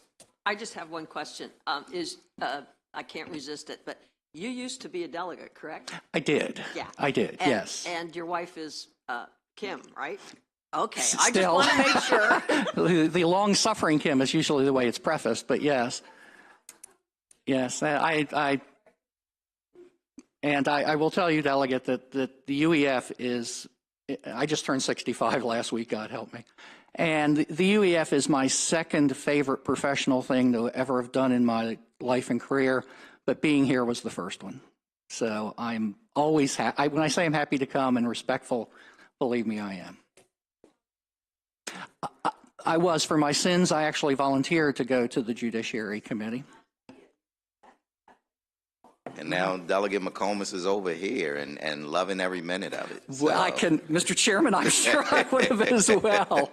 As I said, I did volunteer. I really wanted to do it, and I really was very happy I did. But I will tell you, if I'd gotten reelected, and the voters had a different idea, but had I gotten reelected, I was going to ask to come to the Appropriations Committee because I came to learn that this is such an important committee, and I felt after 4 years I wanted to learn more and I wanted to make an impact on, and I thought this would be a good place to do it. Flattery gets you everywhere. Well, it's true. Mr. Chairman has the benefit of not only sounding nice, but actually being the truth, so it's a twofer. No, thank you very much. Definitely appreciate all that you do and working with you as well, so thank you. Thank you very much. Yep. So that will end the hearing for the Uninsured Employers Fund. We'll now turn to the Maryland Emergency Medical Systems Operation Fund, better known as MMSOF. And before we have the chairman come, we'll have the analysis by Madeline Miller. And good afternoon. Today I'm presenting the DLS analysis for the Maryland Emergency Medical System Operations Fund, or MEMSOF. Most of the fund's revenue comes from a biennial surcharge of $29 on motor vehicle registration and a $7.50 moving violation surcharge. The pie chart on page 3 shows how the $90.4 million allowance is broken down. The 3 largest expenditures are for the Maryland State Police Aviation Command, or MSPAC, which receives 47% of the allowance, the Maryland Institute for Emergency Medical Services Systems, which receives 21% and is also referred to as MIMS, and the Senator William H. Amos Fire, Rescue, and Ambulance Fund, or AMIS Fund, which receives $15 million, or 16% of the allowance. The Maryland Fire and Rescue Institute and the R. Adams Cowley Shock Trauma Center received the remaining 16% of funds. Exhibit 2 on page 4 shows MEMSOF expenditures from fiscal 22 to 24, and that expenditure increases 7.6% over the working appropriation. Growth is primarily attributable to employee compensation enhancements and the use of MEMSOF funds for helicopter maintenance. While helicopter maintenance funds were supported with $3.4 million in general funds in fiscal 22 and in fiscal 23, they will resume being funded with MEMSOF funds in fiscal 24. Exhibit 3 on page 5 shows MEMSOF revenues and expenditures from fiscal 2013 through 2022. Overall, revenues were 5.2% lower than anticipated, and they have not returned to their pre-pandemic levels. Looking at the exhibit on page 5, you'll notice that revenues and expenditures were approximately $56 million in fiscal 2013. However, the MVA registration fee increased and revenues rose sharply in fiscal 2015. While expenditures rose, while expenditures rose too, revenues outpaced expenses by an average of $7.6 million between fiscal 2014 and 2017. However, there's been a net operating deficit beginning in fiscal 2018 through 2022, in part due to declining MVA revenues. Exhibit 4, which I think I said out of order, I apologize for that, details the continued impact of COVID-19 on MEMSOF revenues, particularly for the moving vehicle administration and motor vehicle administration and moving violation revenues. Traditional revenue streams for the fund are also not expected to meet their pre-pandemic levels in the current fiscal year. Though $10 million of general fund support is provided in the current year, revenues will continue to be lower than expenditures. The discussion of the DLS forecast for the fund begins on page 8 with a comparison of the assumptions between the DLS and DBM forecasts. These two forecasts are provided in Exhibit 6 on page 9 and in Appendix 2. The revenue estimates differ slightly each year due to the figures that are available when the forecasts are done. DLS makes their forecast a little bit later and is able to use slightly newer numbers. DLS also includes personnel salary enhancements in its expenditure estimates, and different approaches are taken to estimate expenditure growth rates. These differences lead to differences in the working appropriation allowance in out years. However, there are also assumptions specific to this year's forecast that relevant to fiscal 22 and the projected insolvency date. The DBM fiscal 22 ending balance is reported at $17.7 million, which includes an overstatement of fiscal 22 revenues as compared with the comptroller's report. The closing balance should be reflected as $13.1 million instead. Revenues are again misstated in fiscal 2023. The $3.6 million in general funds are provided to MSPAC. That only decreases the need that MSPAC has from the MEMSOF in fiscal 22 and in fiscal 23. Despite the one-time influx of $10 million in general fund support and the reduced MEMSOF expenditures across fiscal 22 and 23, the fund's expenditures exceed its revenues in fiscal 23 and beyond. Accordingly, the DBM and DLS forecasts estimate insolvency in different years. The DLS forecast projects that MEMSOF will become insolvent in fiscal 2024 and require approximately $2.5 million in additional general fund support. That figure increases to $17.4 million in fiscal 25. Slight changes in the projection could increase the amount required. The administration and the MEMSOF board should comment on how they intend to cover expenses for recipient agencies given the likely insolvency in fiscal 24 and how they intend to improve the fund's health going forward to avoid an increased reliance on general fund support. Exhibit 7 on page 12 shows that the spending gap is estimated to grow to $32.8 million by fiscal 2029. The diminishing health of the fund is of great concern to the using agencies and the state's emergency medical system. Though it would be possible to improve the health of the fund in fiscal 24 and 25 by providing general fund support for helicopter maintenance or by funding salary enhancements with general funds, neither of those actions would reduce overall costs to the state. And it is therefore the opinion of DLS that the General Assembly will need to consider fee increases or other revenue enhancements to sustain current levels of MEMSOF-supported operations beyond the allowance. This would require enactment of separate legislation no later than the current session for any changes to be implemented prior to fiscal 25. The General Assembly should further consider providing MEMSOF with at least $25 million in additional general funds to support operations through fiscal 25. This provides an opportunity to consider legislation addressing the health of the fund in the 23 or 24 sessions. That concludes my presentation, and I would be happy to take any questions at this time. Thank you very much. Are there any questions for our analysts? Just a quick question. In terms of the moving violation surcharge, do you know what that surcharge actually is? Or actually, what would be considered a moving violation? It's a fee that we get, or that the fund gets from the judiciary. There's something called the VSAF or the VCAF, and that fund supplies MEMSOF with roughly $1 to $2 million each year based off of that $7.5 fee, which is collected. Yeah, I may ask the agency to elaborate on that a little bit more. All right, any other questions? All right, seeing none, thank you very much for your analysis. Definitely appreciate it. We will now turn to MEMSOF, and we'll begin with the chairman, Clay Stamp, and please introduce the rest of your members that you have for this panel. Great. Good afternoon, Mr. Chairman, members of the committee. It's an honor to be here to testify before you. And first and foremost, I'd like to thank you for your service to the people of Maryland. I know you put in a lot of time, a lot of hard work, and it's important work. So thank you for your service. My name is Clay Stamp. I'm the chair of the EMS board, honored to serve as a volunteer chairman of the EMS board.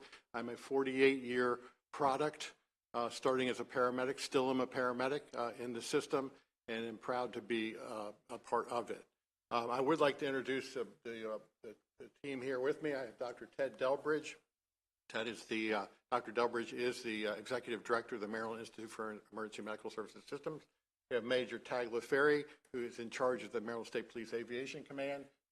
Christy Snedeker, the vice president of the Shock Trauma Center. We have Eric Smothers, first vice president of the Maryland State Firemen's Association. Behind him, Skip Carey, second vice president of the Maryland State Firemen's Association. Mr. Ben Kurtz is the president of the Maryland State Firemen's Association, and Mr. Pat Marlette is the assistant director of the Maryland Fire and Rescue Institute. Whew, that was a lot. That's great. I got through the hard part. So, Mr. Chairman and members of the committee, I would also like to thank Madeline for her work. Thank you very much for your thorough report. I know that you all know that the EMS system in Maryland that starts with the call to 911 and results in the most amazing response in our country is a product of this body. Many years ago, they built this system that we enjoy, and it still serves as a model. I wish I were here today with better news, but we are running into some headwinds right now when it comes to budgets, and we're going to need your help. Your help and the help of the administration.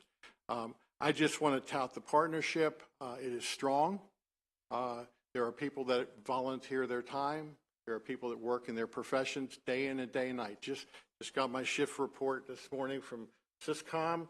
And just last night, 5 helicopters were up and running around in Caroline County. They transported 3 critical patients to shock trauma. One in Garrett County had to be flown into Baltimore, and one in Baltimore County. They're always moving, making a difference. So it's all about, for us, getting the right patient to the right place in the right amount of time. So it's an honor to be here. I'm going to turn it over to some of the subject matter experts for you. At this point, Dr. Ted Delbridge. Good afternoon, Mr. Chair, members of the subcommittee. And I realized that you have my written testimony, and I'm sure I've read it, and I thought I would just highlight a couple of things in the interest of time. Again, thanks to Ms. Miller for her thoughtful review, and also to Rebecca Bazzari, our DBM analyst, who's always quite helpful. The sorts of things that the MEMSOF goes to fund at Maryland Institute for Emergency Medical Services Systems include things like promulgating the statewide clinical protocols to ensure that somebody who is injured or sick in one place of the state gets the same care by EMS clinicians elsewhere in the state. Licensing and certifying the EMS clinicians, emergency medical responders, EMTs, emergency medical technicians and paramedics, and cardiac rescue technicians. I'll talk in a minute about maintaining and operating a statewide communication system. We designate the trauma and specialty centers in the state and license and regulate commercial ambulance services. For the past 5 years, we've been on a journey to upgrade the communication system that is used by the EMS clinicians in the field when they need to consult with medical expertise at the Shock Trauma Center or any of the other hospital emergency department base stations in the state. That project continues and involves over 200 radio tower sites and 50 base station antennas throughout the state and some hospitals adjacent to Maryland. We are very cognizant and at times the victim of emergency department crowding in the state. We operate a system called the County Hospital Alert Tracking System, which allows hospitals to signal to the EMS system when they're in an element of distress and overworked. That system is really obsolete. It would indicate that on many days, over 2/3 of Maryland's hospitals are unable to accept emergency department traffic, which clearly is unsustainable. We're venturing with CRISP, the Chesapeake Regional Information System for our patients, to develop a new alerting system that we're calling the Emergency Department Advisory System that will allow EMS clinicians in real time to see how busy a particular emergency department is and steer traffic to places that are less busy in the moment. We've initiated the first part of that, which we call AHA, the At-Hospital Ambulance Tracking System, so that EMS clinicians in the field can tell how many ambulances are currently at a hospital and know to go to a place with fewer goings-ons. We are, of course, grateful to the General Assembly for the support over the course of years. The Emergency Medical Services Operation Fund is incredibly important to the state of Maryland. It is widely regarded around the United States as a model system and something that we hope to be able to maintain. Thanks. And I'll hand it over to Major Tagliaferri. Good afternoon. My name is Major Michael Tagliaferri. I'm the commander of the State Police Aviation Command. I'd just like to formally thank the members of the committee for your support over the years and for our analysts for a great report.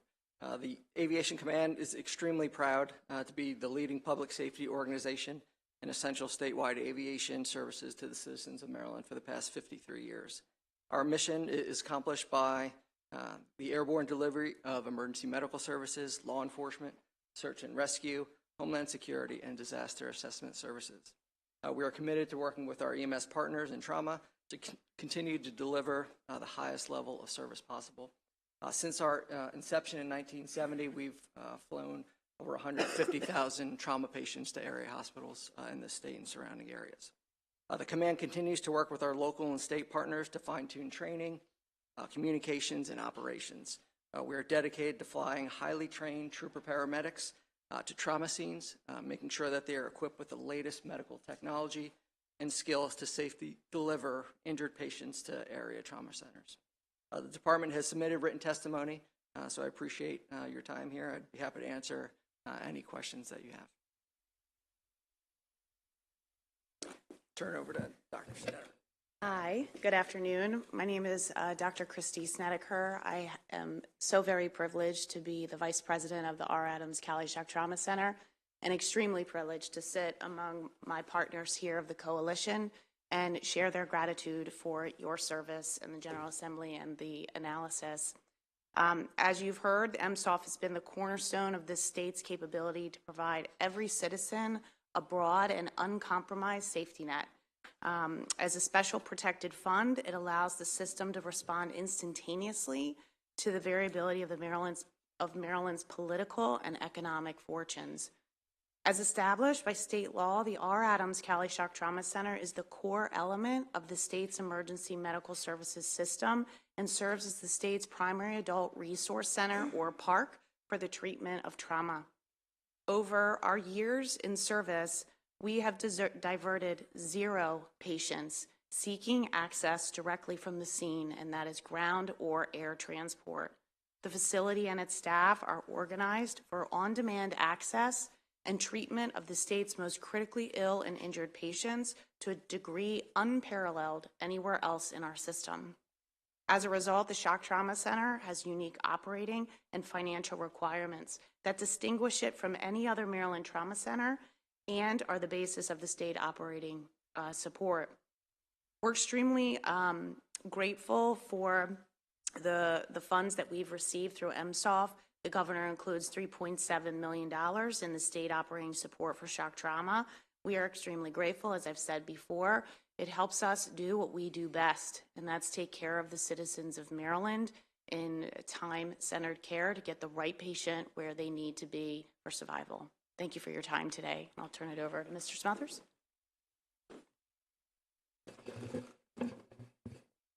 I'm sorry. That's okay. Got a big group today. Got a big group. All right. Good afternoon, Mr. Chairman and members of the committee. My name is Eric Smothers, as Clay identified it, and I represent the Maryland State Firemen's Association and the 365 fire departments across the state of Maryland. We're very lucky with the partnerships that we have here in the state of Maryland here with our coalition of men and women here today. And representing and working with all of our fire and rescue personnel across the state of Maryland to include both volunteer and career personnel. With our MSOL funding that we're asking for the additional increase with the looming debt that we have and the costs that we have for our fire apparatus where the AMIS fund comes from. It allows our volunteer corporations as well as career jurisdictions to offset some of the rising costs that we're experiencing today, not only with the medical equipment that are on our ambulances and medic units, but also our fire apparatus. COVID really didn't do us a lot of justice. The state didn't stop. Our fire and rescue calls didn't stop. Continue to answer the call and lost some of our providers along the way. But yet, a lot of our members are still volunteers across this state, even though we're lucky here in Annapolis and some of the major jurisdictions that have career firefighters. A lot of what we do across the state is still volunteer dependent. And if you're lucky enough to be in a large jurisdiction where you can offset some of your costs with adequate fundraising ability to help offset some of your costs at your stations, you're lucky. If you're on the Eastern Shore, Western Maryland, it gets a lot more difficult. The folks aren't there to help generate that funding balance to help offset the cost of some of our vehicles. But with the partnership that we have and the AMIS fund that you have in place, that certainly helps us an ability to continue to do the fire and rescue services across the state of Maryland and to continue to have a statewide system that is second to none. I was very privileged and lucky to be able to work with Major Tagliaferri after 37 years as a flight paramedic for the state. It just retired in October.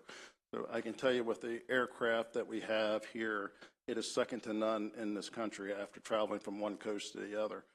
We don't have some of the problems and issues that some of the other states have.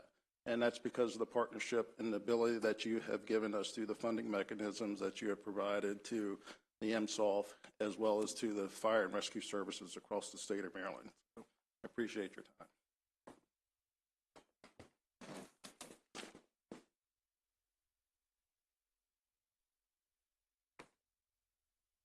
Mr. Chairman, committee members, my name is Pat Marlette. I'm the Deputy Director of the Maryland Fire and Rescue Institute. We're housed at the University of Maryland College Park and have been at the university since 1930. We are the state's comprehensive emergency services training organization, and we work with every jurisdiction from Baltimore City and all 23 counties throughout the state. We have submitted testimony today, so I will be glad to try and answer any questions that you might have. But I will say that without training, nothing else happens. The phone can ring off the hook, but unless the people are trained and they're available to respond, nothing else happens. Thank you. So, Mr. Chairman, Is there anyone else that's coming up? That's think it. we may have Okay. it So with that, I'll open it up for questions. But let me just ask a few questions myself before I turn it over to the rest of the committee. Well, first of all, thank you all for all the work that you do on behalf of the citizens of Maryland, whether it's shock trauma or the firemen's or, getting folks, where they need to be by medevac. I think this is something that we all, especially on this budget committee, definitely appreciate the work that you do.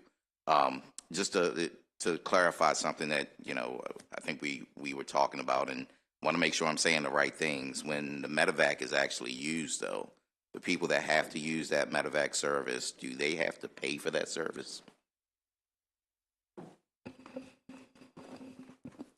Sir, that is correct. There is no fee in the state of Maryland to the citizens for the medevac services that they are provided. It is that's why we have a budget able to cover the cost of our operations.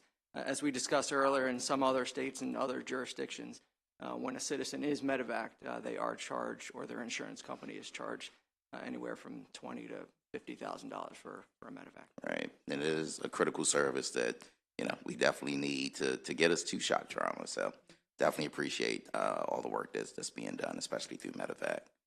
And so to speak about shock trauma, just a quick question. I realize that some trauma centers across the state are also having some sort of financial difficulty, and I believe there's a bill that's coming to appropriations to touch on that. Is your shock trauma centers at University of Maryland also having some financial difficulties as well? Yes, certainly. Ooh, is this on? Okay. We've seen it in the newspapers. Level 3 Trauma Center is requesting $17 million each year over 2 years to help them support their trauma service. If you can imagine, they see about 1,300 patients. Shock trauma sees upwards of 6,000 patients a year. We are also in a financial situation. COVID certainly impacted our workforce. It's impacted the cost to provide care in supplies and facility management. And so we also are seeing a disproportionate rise in the cost to take care of patients for what we receive in funding. The bill that is coming through next week is to evaluate, to assemble a task force to really take a look at trauma funding for all trauma centers. And what I would say to this committee is that, as I stated in my testimony, shock trauma is the center. We are really the anchor of this system, but the system works as a whole. The system works with our partners here at the table, from the ground at the scene, to get to the closest trauma center, to get to shock trauma. And our duty is to be able to be open and ready with the staff needed and the faculties there, operating rooms, all the pieces that need to be at standby, which have a cost. Thank you. I think Delegate Acevedo has a question. Thank you, Mr. Chair. You took all my questions. But no, I think, so I'll just echo Chair Bridges' comment about just deep appreciation and gratitude for the work of that all of you all do in coalition, right? Recognizing that, it takes each and every one of you all to do this. And to also say that it has never sat well with me, and it still hasn't, that volunteer and firefighter is in the same sentence. That is a profession. And I think, quite frankly, all of you all should be paid, and that it shouldn't be something that's volunteered. But that's just my thoughts on it. But thank you all so very much. I will ask a follow-up question about the medevac. I understand this is also a service that's provided to neighboring jurisdictions or some folks that may need to get somewhere. Am I clear on that? Correct. So there are instances where we do support outlying areas that do not have medevac services. in West Virginia or Virginia or other surrounding Pennsylvania or Delaware areas. They also do assist us at times with Delaware State Police, and U.S. Park Police assist us when sometimes we're unavailable or we're on calls. But we also provide aerial rescue services that other jurisdictions don't have in the mountainous terrains in West Virginia. So sometimes we do help out with those instances. There's no cost to that too, right? Correct. Very good. Thank you. Thank you, Delegate Acevedo. Mr. Vice Chair Chang. Thank you very much, Mr. Chairman. Thank you very much, everyone, for being here, and thank you for all the work that you all do. The question I have is, are there any comments at this time as far as how the fund can be solvent, additional measures we can do, or also what other states are doing with similar types of funds? Well, I'll answer the second question first. Maryland is unique in the way that it funds the EMS system with a dedicated funding stream. Other states don't operate with the same robust coalition that Maryland does. You wouldn't go to another state's legislative process and see a cadre of people like are here all together rowing the boat in the same direction at the same time. We sort of have the distinction of, I think I'm speaking the truth when I say we have the distinction of being the envy of most other states in the country in the way that we do this. We are working closely with the folks at DBM, as a matter of fact, as recently as yesterday, talking to the Deputy Director about short-term funding options to ensure that we can get over the hump. The logical or illogical place to look for additional funding would be to adjust the surcharge in the motor vehicle registration fee, which was last updated in 2013. The life cycle of the MSOF has really been about every 10 years that has been adjusted. And as Miller pointed out, for a period of time, the revenues exceed expenses, and then there's an inflection point that occurs, and it goes upside down. And that period of time generally is designed to be about 10 years. We have also considered proposing other options, such as newly evolving fee structures for recreational cannabis, for example, recognizing that is likely to affect the emergency healthcare system in the state to some extent. We have data, for example, pertaining to the number of intoxicated people who are involved in serious or fatal motor vehicle crashes and other such things. And so it seems like a logical place to look for funding if the motor vehicle registration surcharge wasn't there. But really, we're anxious to roll up sleeves and be part of any conversation and share as much information as we possibly can to help the legislator be logical in its approach. Thank you very much. And with regards to the moving violation, currently it's $7.50 for a surcharge. Are there any models or indications of how much of an increase would be a good measure to be able to help with the fund? I'd have to prefer to get back to you on that. Sure. But yes, we've modeled out how much funding increase from whatever collective opportunities exist to carry us 10 years forward. The motor vehicle moving violation surcharge hasn't proven to be a very reliable funding stream. Court costs are often deferred or canceled by the court as the process is going on, so it becomes pretty unpredictable. And I believe a question was, what's a moving violation? Things like a speeding ticket, running a red light, reckless driving, things like that. Yeah. Thank you very much. Appreciate it. Thank you, Mr. Chairman. Thank you. I was just thinking about those moving violations and even the MVA registration fee, which I just had to do myself. So with that registration fee, you're saying the last time we actually did something about that was in 2013, and that was a legislative proposal that needed to happen? Yes, sir.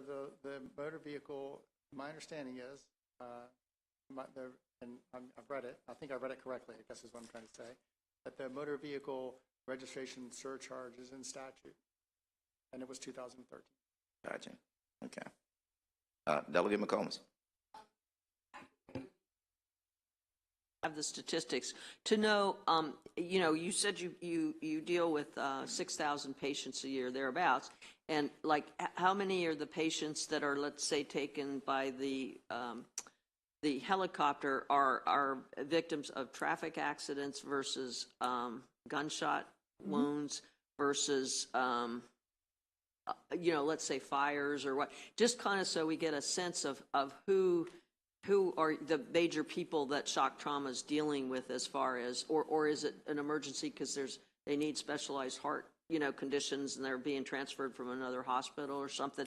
The other thing I guess I'm kind of wondering about is, okay, there is a movement toward going into more public transit. Okay, so let's say we lose a significant number of people that drive, so that means there won't be the registrations, the moving violations, things that you're going to get funds. So the question is, how would that affect you? Now, I mean, this is going to be a slow process because we don't have a seamless transportation network in Maryland like the European countries have. But I'm just kind of curious as, if you could write the script, what would be a good funding mechanism that isn't going to be in change, because things are changing. And also the economy too, with the cost of gas and just everything. I think people are driving less than they have to. They're not running down the road just to be running down the road. So I'm just kind of curious as your thoughts. And I don't expect you to answer it today. So, but just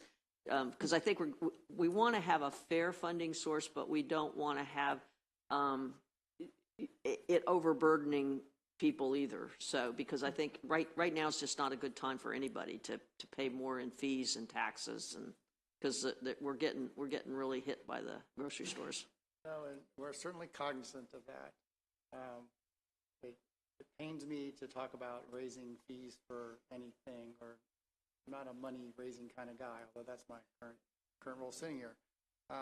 Put a couple to answer. Go back and put some perspective on some of your earlier comments. The EMS system in Maryland last year transported 532,000 people to hospital emergency departments in Maryland. I mean, that is the scale that we're talking about, and the system responded to many more people than that. There are a number of people for whom the EMS system responds who don't go to the hospital for myriad reasons. Some of it is because we have intentionally tried to ensure or empower EMS clinicians to identify low acuity patients that can safely take care of themselves at home or seek care at a primary care physician office, something like that. We've promulgated protocols that help them direct patients to urgent care centers, for example. And so that's the scale. The state police, if I recall correctly, went on more than 1,800 medevac missions last year. The vast majority of them are for motor vehicle crashes, but other illnesses have become more time sensitive appropriately over the course of the past several years. Interventions for strokes, for example, which when I was a young doctor, my care of a stroke patient was see how you're doing in 2 days, and that'll tell the story. Now it is rush, 60 minutes, get them to some sort of thrombolytic therapy. The same is true of myocardial infarction. And so a good number of around the State Police Aviation Command flights are for acute medical conditions in addition to the trauma that they see. And the trauma system, as Dr. Snedeker said, is really the hub is the R. Adams Cali Shock Trauma Center. But we are fortunate that we have a robust network of trauma centers that feed the Shock Trauma Center throughout the state. And they are at different levels and so have different abilities to provide comprehensive trauma care. But our goal, using the resources that we have on the ground and the State Police Aviation Command, as said a couple of times, is to get people to the right echelon of the care that they require, as close to home as we possibly can. Could I just also add the data that MIMS collects from the State Trauma Registry has been consistent to demonstrate that motor vehicle, falls, and violence are your top 3 reasons patients seek care or need care in a trauma center, with motor vehicle continuing to lead. Falls is a close second, and the R. Adams Cali Shock Trauma Center sees about 20% of our patient volume from violence. So we still, most of our patients are coming in from motor vehicle accidents. They could be accidents from a truck driver driving those groceries to the Giant, like you said, or it could be myself on the road. It could be a pedestrian struck. But we also have to think through the aging population of the elderly, where 2 years ago, falls outweighed motor vehicle accidents just by 2 percentage points for our trauma center for the types of patients that we see. So just to put a little bit of context there of that data has been trended year over year through the state registry. Well, and if I could go to the last question real quick, sir. We would rather find our funding source in a source of funds that are growing and not shrinking. Exactly. So we have relied heavily on the analysis of the MBA, for example, over the course of the past few years to predict what registration will be like upcoming. And sometimes the mark is missed. Unpredictable things happen, pandemics, such things like that. And so we're really eager to participate in conversations and do the work to identify a logical funding stream that relates to the use of the EMS system and trauma care and things like that, something that is likely to have a trajectory that grows or is stable than one that. Well, just one suggestion, and I'll deny I've ever said this, but everybody has medical insurance, or they have state insurance, or somebody has some that. I guess if you looked at everybody that had insurance somewhere, maybe just a small emergency fee of $10 or something on everybody's policy. I mean, I wouldn't have trouble paying for it because it's a wonderful protection there, or maybe car insurance or something, but I didn't say that. But it's something that turn that microphone uses. off. Turn that microphone off, Delegate McComas. You didn't say it, right? No, I think one good thing, pre-pandemic, we actually had an opportunity to, the Appropriations Committee visited shock trauma, and I was actually surprised to hear that falls was one of the top reasons people get the medevac or come into the shock trauma unit. So it's definitely, maybe we could get the vice chair to get us to shock trauma again as an Appropriations Committee or even a subcommittee. So I'd be happy to have you. thank you. Delegate Stonko. Thanks, Mr. Chair. I'm curious, kind of echoing my colleagues' questions, do you have any idea against what the projections were that have fallen short with regards to the moving violations and the way that judges have administered that framework without any kind of consistency across the board? Any idea on what's been lost due to that? Not with any degree of specificity. I'd be happy to get back to you. That data is available, though. Okay. And we'd be happy to provide that.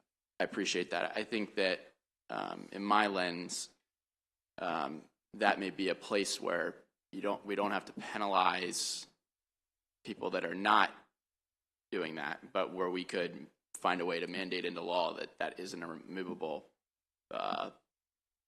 fund from, you get probation for a moving violation, and the same way the court's going to say you're paying your court costs, they're going to get their piece. That may be something that we could look at doing that brings you what you thought you were going to have without penalizing people that aren't in that same situation. Thank you. Thank you, Delegate. As you can hear, this committee is committed to working with you to try and find some resolution, to the issue so that you don't seem to have this problem in the future. Even after we get over this budget year, it looks like the 2024 budget year is still going to be tough. And so this committee is definitely committed to working with you. And I see Vice Chair Chang, you get the last question, sir. Great. Thank you very much, Mr. Chairman. Thank you so much again for just all the testimony that's been provided. Just for clarification, too, the world-class emergency system that we have in Maryland is because of the investments we make as a state. And I wanted you to share with the committee, the subcommittee here, what the success rate is. For shock trauma, what is your success rate? 97%. 97%. That's That's outstanding. And that's really, and how many patients do you serve again? 6,000 a year. 6,000 a year. And if they come by medevac from wherever the incident is to University of Maryland shock trauma, how much does that cost the patient? $0. $0. Thank you very much. Thank you, Mr. Chairman.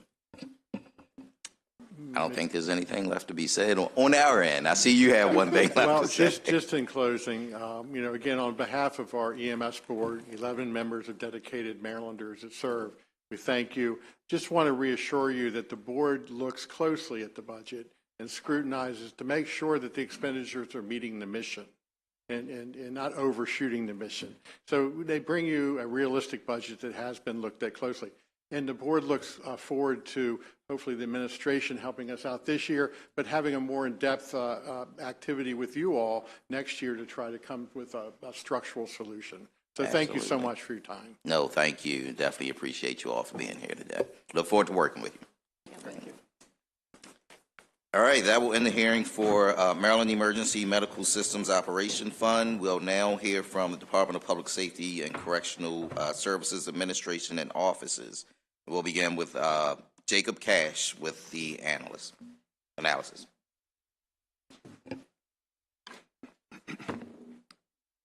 Thank you, Mr. Chair. As you mentioned, I'll be going over the Department of Public Safety and Correctional Services Administration and Offices. The overall allowance for this function of the department is $199 million in fiscal 2024, which is a 4.5% increase of 8.6%. Beginning with the performance evaluation, on page 4, Exhibit 1 shows the one-year recidivism rates for those that have been released from the department's custody. You can see that the fiscal 2021 release cohort had an increase in recidivism compared to the previous 2 release cohorts, who were measured almost completely during COVID. So the 2021 cohort is the first cohort that really represents reopening, and that's why we're seeing this increase. I'll point out that it's still lower than it was prior to COVID, but interestingly, those that were released due to the expiration of their sentence did not have as high of an increase in recidivism as those released on mandatory release or those who were paroled. Getting into the 3-year recidivism rates, which are a little bit more indicative of the overall success of the department in treating the criminogenic factors of individuals in their care. Exhibit 2 breaks down the overall fiscal 2019 release cohort and the outcomes of their cases. You can see that 68% of them did not recidivate, and they have been active, productive members of society since. About 10.7% were convicted of an offense that was enough to send them to probation, whereas almost the same amount, but a little bit less, were convicted of a new offense. There are also almost 10% that were returned to custody due to a technical violation of probation, and less than 1% were returned due to a new offense violation of probation. Going to the home detention population, so the administration and offices of the PSES has the Central Home Detention Unit, which oversees those that are on GPS monitoring for the department. There was a large spike, in COVID-19, which saw the caseload averages double and the overall cases balloon over 500 for a few months. This has returned to normal levels, and that's helping out ease the burden on the officers. However, something to also note is this doesn't capture those that are being monitored on private home detention monitoring. That is something that has had more attention in past years, and there was a report this past year submitted by the judiciary in collaboration with the PSES. This report indicated that while there is a regulatory structure for licensing of private home detention monitoring agencies, there lacks a regulatory structure to ensure that they are actually providing the services required and notifying the judiciary in a timely manner when there has been a violation. So that's something that could, that the department could increase their attention to it and promulgate more regulations, since the Maryland Commission on Correctional Standards is responsible for that regulatory authority. Exhibit 4 on page 8 shows the number of offenders that have been erroneously released from the department facilities. In 2021, there were not any erroneously released offenders, but in the last fiscal year, there were 2 that were erroneously released. I'll note that commitment record specialists are the ones primarily responsible for handling the dates that a offender must be released, and 16 of these positions have been vacant for longer than 12 months. There's a deficiency appropriation that you can see on page 9, which is providing $1.5 million. That was, it's redistributing $1.5 million that had been provided in the supplemental budget last year. This is for a task force, the Governor's Law Enforcement Task Force, with the Office of the Attorney General. And associated with this budget increase, there are also 10 new special detective positions being added to the Intelligence and Investigative Division. There hasn't been that much information shared on this task force so far, or what these 10 new special detectives will be doing, so we're asking the PSES to comment on the purpose of the task force, their progress in setting it up and onboarding employees, as well as what those operational activities will be and future funding needs. Exhibit 5 on page 10 shows the breakdown of the budget between the various units. So this is the administration for the entire department, and there are several different administrative units that make it up. The Office of the Secretary, the Office of the Secretary is the general guidance for the department, and it also includes IT, Intelligence and Investigative Division, as well as the overall administrative services, which is comprised of finance, human resources, and budget. There's also the Office of the Deputy Secretary of Operations, which more so encompasses operational spending and operational guidance for the department, and handles special operations. This also includes the security units. Moving to the budget change, Exhibit 6 is the where it goes chart. And as I mentioned, there is $199 million in the allowance. This is an increase of $8.6 million. One of the larger increases is the transfer of 20 positions into the agency. 10 of those positions are the new special detectives, and about 7 others are being added to IID in relation to their increase, in relation to their increased charge for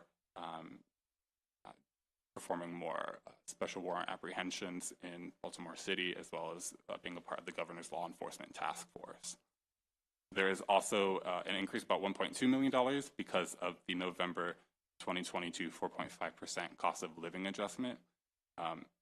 And moving on to page 12 in that same chart, you can see that there are a few one-time and ongoing changes. There is $2.9 million being added for the criminal justice information systems. These are for mainframes and networks. It's a large IT structure that requires a lot of maintenance, and this is a one-time investment, a one-time reinvestment, I should say, into this infrastructure, this IT infrastructure. There's also $2.4 million that I mentioned in the corrections analysis, which is converting staff in Maryland Department of Labor into state contractual positions. There's also $1 million being added for do-it services, and as I mentioned, they have a large IT component, and do-it has had an increased role in supporting the department's IT, especially for their major IT projects. And I will be going into their major IT projects in just a moment. Before I do that, moving to personnel on page 13, like I mentioned, there's 20 new positions being added to this unit. They're being transferred from other places in the department, so these are not necessarily 20 new PINs, but they are new to this function.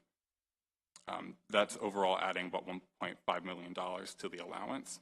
And then there is also a reduction in contractual PINs The funding is not actually removed, so this is more so a change in turnover.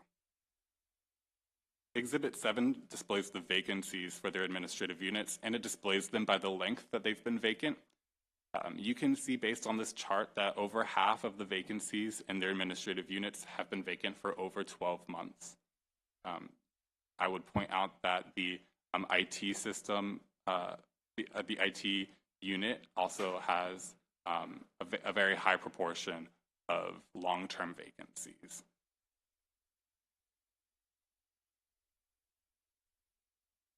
So some of these vacancies have been in specific classifications. And on page 15, it starts the discussion of where the major vacancies have happened.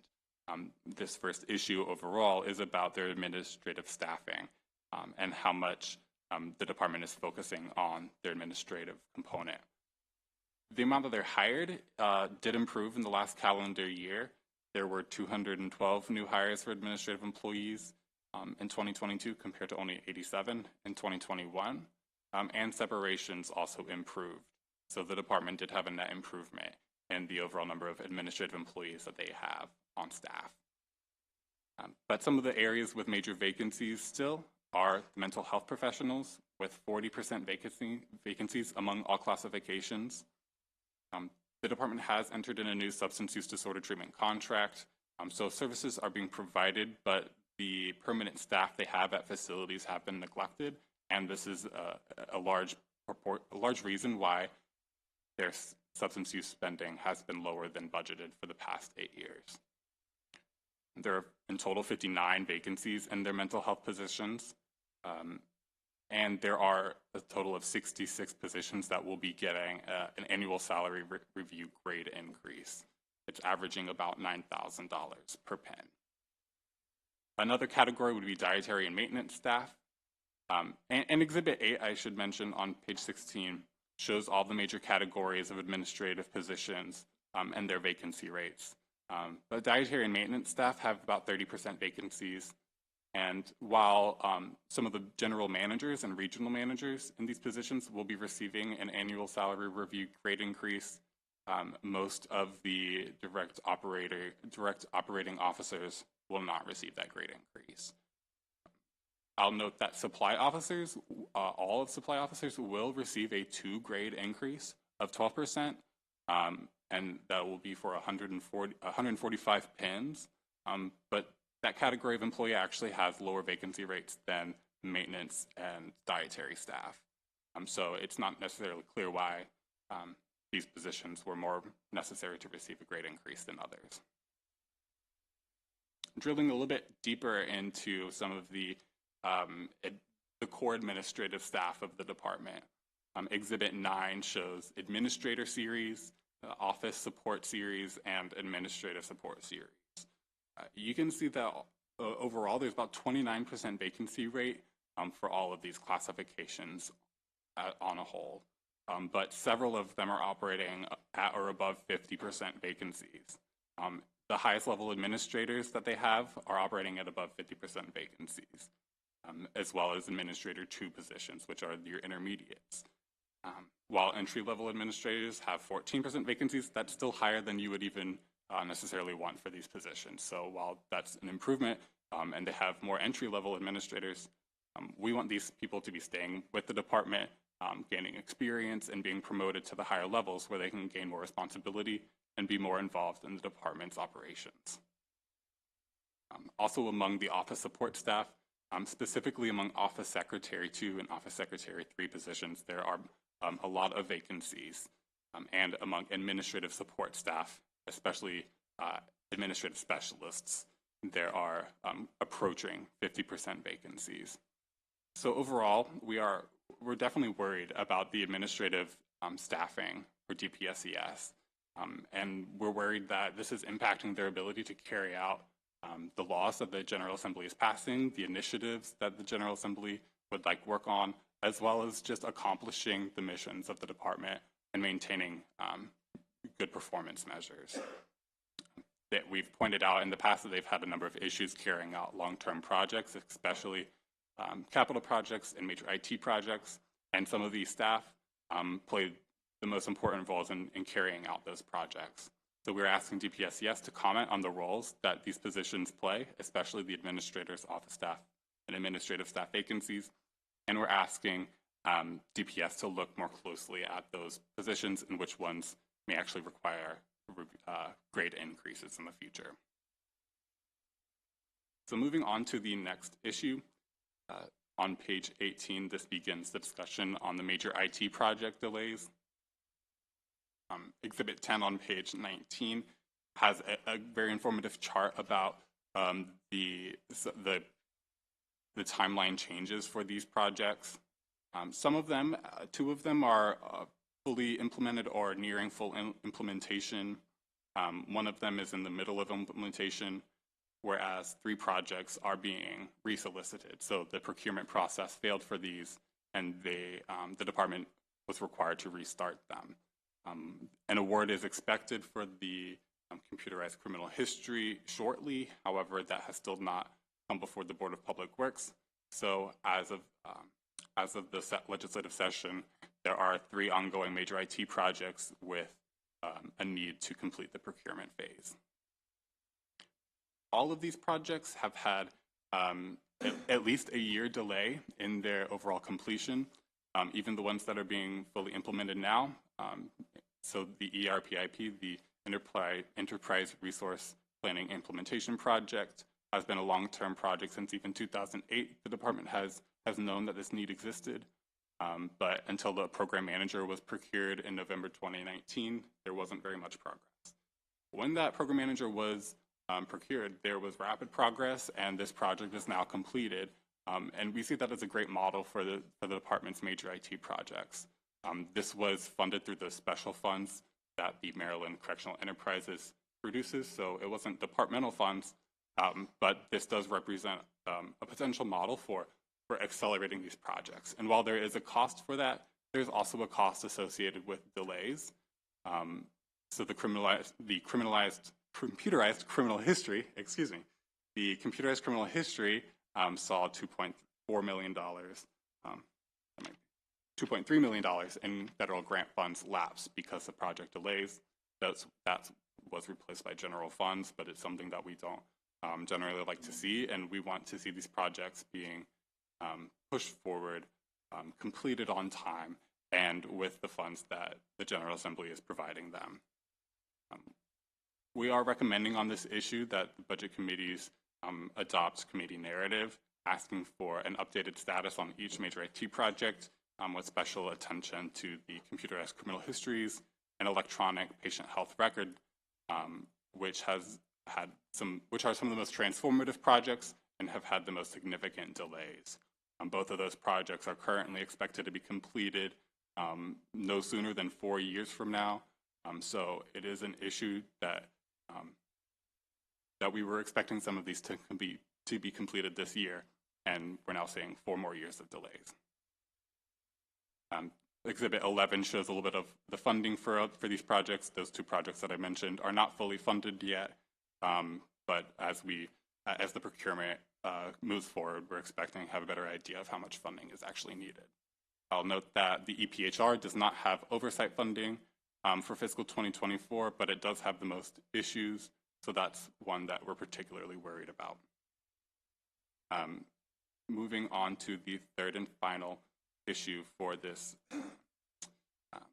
agency is contraband. So the K-9 contraband unit is found within the administrative units of the department, and so we consider that in this analysis. They perform targeted and regular searches across the department's facilities, and Exhibit 12 shows the results of their finds.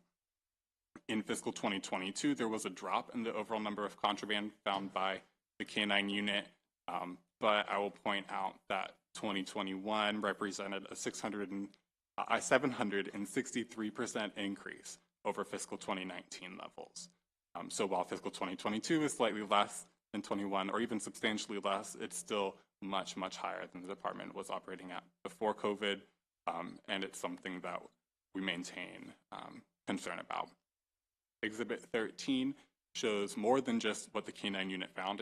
It shows all contraband found in the department for fiscal 2022. And you can see that while the K-9 unit finds a large portion of the controlled dangerous substances, COs who are engaging directly with offenders find the most amount of contraband, and they're most active in finding the different types of contraband, especially for weapons. I will point out that you can't see many fines that are associated with the electronic sensors that the department has in place, but these are associated with a deterrent effect that offenders know that they can't get past a certain point with certain contraband, and so they don't even attempt it. So there is a deterrent effect here that I'd like to point out, but overall we are concerned with the level of contraband, especially for controlled dangerous substances. One of the ways the department is seeking to address this issue is by adding $3.5 million in fiscal 2024 to convert and outfit the regional mailrooms in the department to have better contraband detection systems and preventative systems from allowing it from entering into facilities.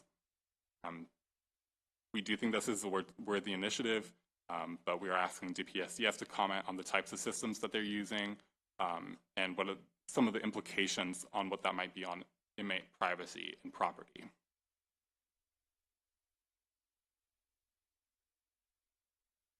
So in conclusion, there are 5 recommended actions for this budget. The first is the Justice Reinvestment Act report, which has been annually requested and helps to determine the cost savings from JRA. The second is a report on recidivism. Since the department has offered 1-year and 3-year recidivism numbers, and these continue to have caveats that are important for the department to expound upon, we're asking for this report again in the next fiscal year. The next would be a report on contraband. That's a continuing issue. And we are recommending committee narrative on the major IT projects, like I mentioned in the analysis. Finally, there is a recommended action for the department to review categories of program and service statistics that can be converted into potential program participation measures. This was heard in the overview analysis, but because of administrative reasons, it appears in these recommended actions. And with that, there is an appendix for each of the major IT projects currently under management by DPSCS, and there is an appendix that shows the current reporting requirements for private home detention monitoring agencies. So with that, I'd be happy to answer any questions that you might have. Thank you, Jacob, for that thorough analysis. Are there any questions for the analysts? All right, seeing none, thank you again. We'll now turn everything over to the Secretary, Carolyn Scruggs. Thank you for being here today, and please introduce your team as you come up. Thanks for sticking with us all day. Absolutely. Save the best for last, right? Absolutely. That's right, you're not acting anymore. No. Last time you were here, you were acting secretary. Now you're official. Correct. Whenever you're ready. Good afternoon again, Chair, Vice Chair, committee members. Thank you again for entertaining Maryland Department of Public Safety and Correctional Services. Mr. Nash, thank you for your thorough review of the department's budgetary needs. For the record, my name is Carolyn Scruggs, and I am finally the Secretary of the Maryland Department of Public Safety and Correctional Services, and glad to be here with you today. I also have with me today Ms. Christina Lentz, who is the Acting Deputy Secretary of Administration, Ms. Annie Harvey, Acting Deputy Secretary of Operations, Mr. Earl Eddings, who is the Executive Director for our Intelligence and Investigation Division, and Mr. Stanley Lofton, who is our Chief Information Officer. As always, again, the department appreciates the ongoing collaboration with DLS and Mr. Cash. The analysis contains 4 issues for the department to respond to and 5 recommended actions. First, DLS has asked the department to brief the committees on the purpose of the Baltimore Organized Crime Drug Enforcement Task Force Strike Force, known as the Strike Force, big name. The Strike Force is a partnership between the U.S. Attorney's Office for the District of Maryland and state, federal, and local enforcement partners whose mission it is to disrupt and dismantle the most violent gangs and drug trafficking organizations in the Baltimore metropolitan area. Strike force teams have been established based on a national model from the U.S. Department of Justice and are intended to establish permanent, multi-agency, prosecute-led teams that conduct intelligence-driven, multi-jurisdictional operations against priority targets and their affiliate illicit financial networks.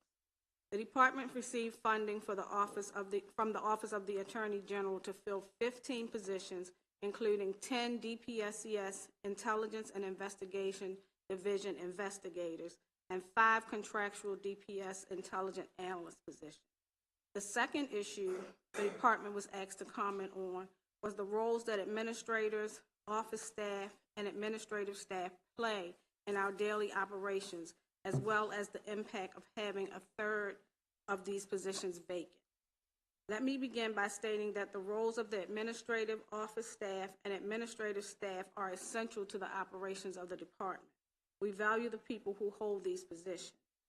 My predecessors and I have spoken to committees for years about the department's correctional officer vacancy. As demonstrated in other budget hearings, the department continues to focus on hiring and retention of correctional officers and has experienced much success. As noted in the analysis, the department has administrative positions that need to be filled. It is important to understand that many of these positions were impacted by a year-long hiring freeze as well as the COVID pandemic. I am pleased to confirm that 212 administrative positions were filled in calendar year 2022. The analysis highlighted vacancies in the Division of Capital Construction and Facilities Maintenance. With the shift of procurement to the Department of General Services several years ago, 6 DCCFM positions were transferred from our department to DGS. Although we have received 2 pins to replace these positions, the bottom line is that the department's salary for these positions is not competitive with private employers, given the level of knowledge and skill required for those positions, and our multiple recruitments have not yielded any candidate. The Information Technology and Communications Division vacancy faced a similar challenge that has recently been addressed by increasing the range of steps at which a salary offer can be made. As such, we have experienced some recent success in filling ITCD vacancies. I'd like to speak for a minute about the commitment to the department that the department has exhibited by all staff despite vacancies across the board. So many of our individuals are working in collateral positions. They are taking on more responsibilities. They work very hard. They are resilient. But I am concerned about the sustainability of them to be able to continue to do that. So we will continue to aggressively seek hiring opportunities to fill those vacancies just to give them some relief.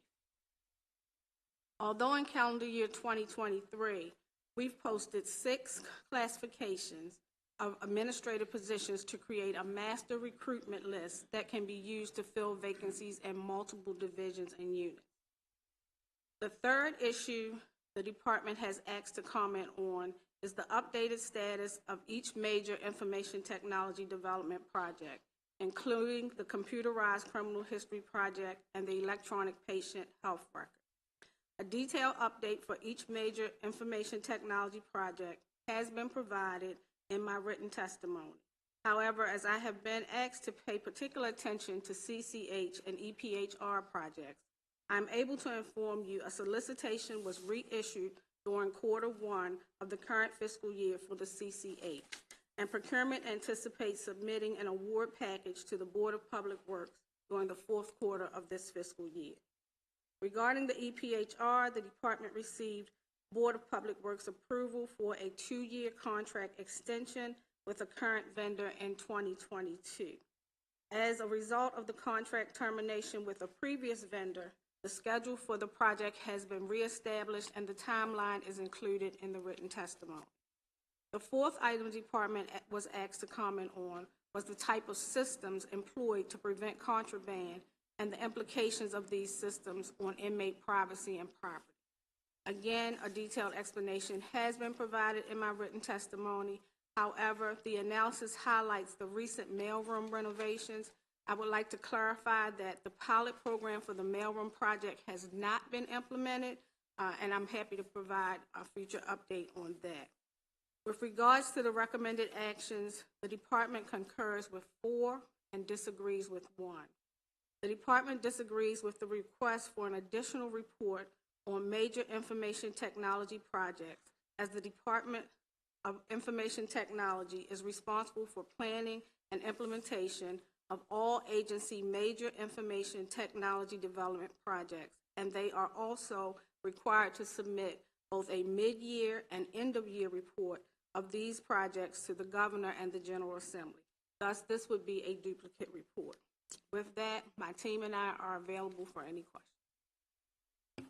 Thank you very much. Are there any questions for the Secretary?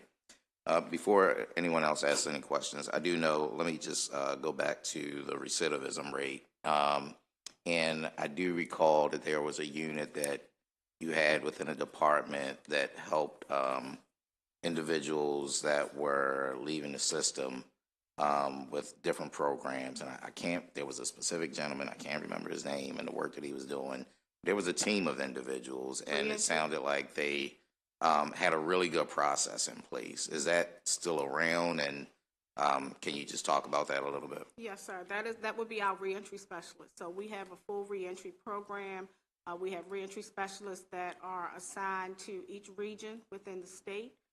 They work in conjunction with our case managers and our transitional coordinators. What they target to do is, while we all know reentry begins at intake, we try to target individuals that we know are going home within the next 120 days. If they're going home within the next 120 days, the reentry specialist sees them at least twice.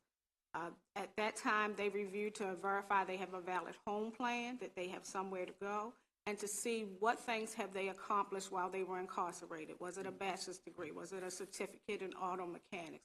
And then they connect them either through Maryland Department of Labor or our American Job Centers or other businesses that we have partnerships with to have opportunities for interviews so that they can have jobs. We also do a continuity of care at that point, where our medical team does an assessment to determine if they were having mental health or medical needs while they were there, and connect them to community services that will continue to provide them support for their medication or their hospital needs or inpatient or outpatient needs that they have. We do give them a 30-day supply of their meds so that they go out the door and still be able to continue until they get established with those medical entities. And we also, if they are eligible for Medicare, we do begin the process of signing them up.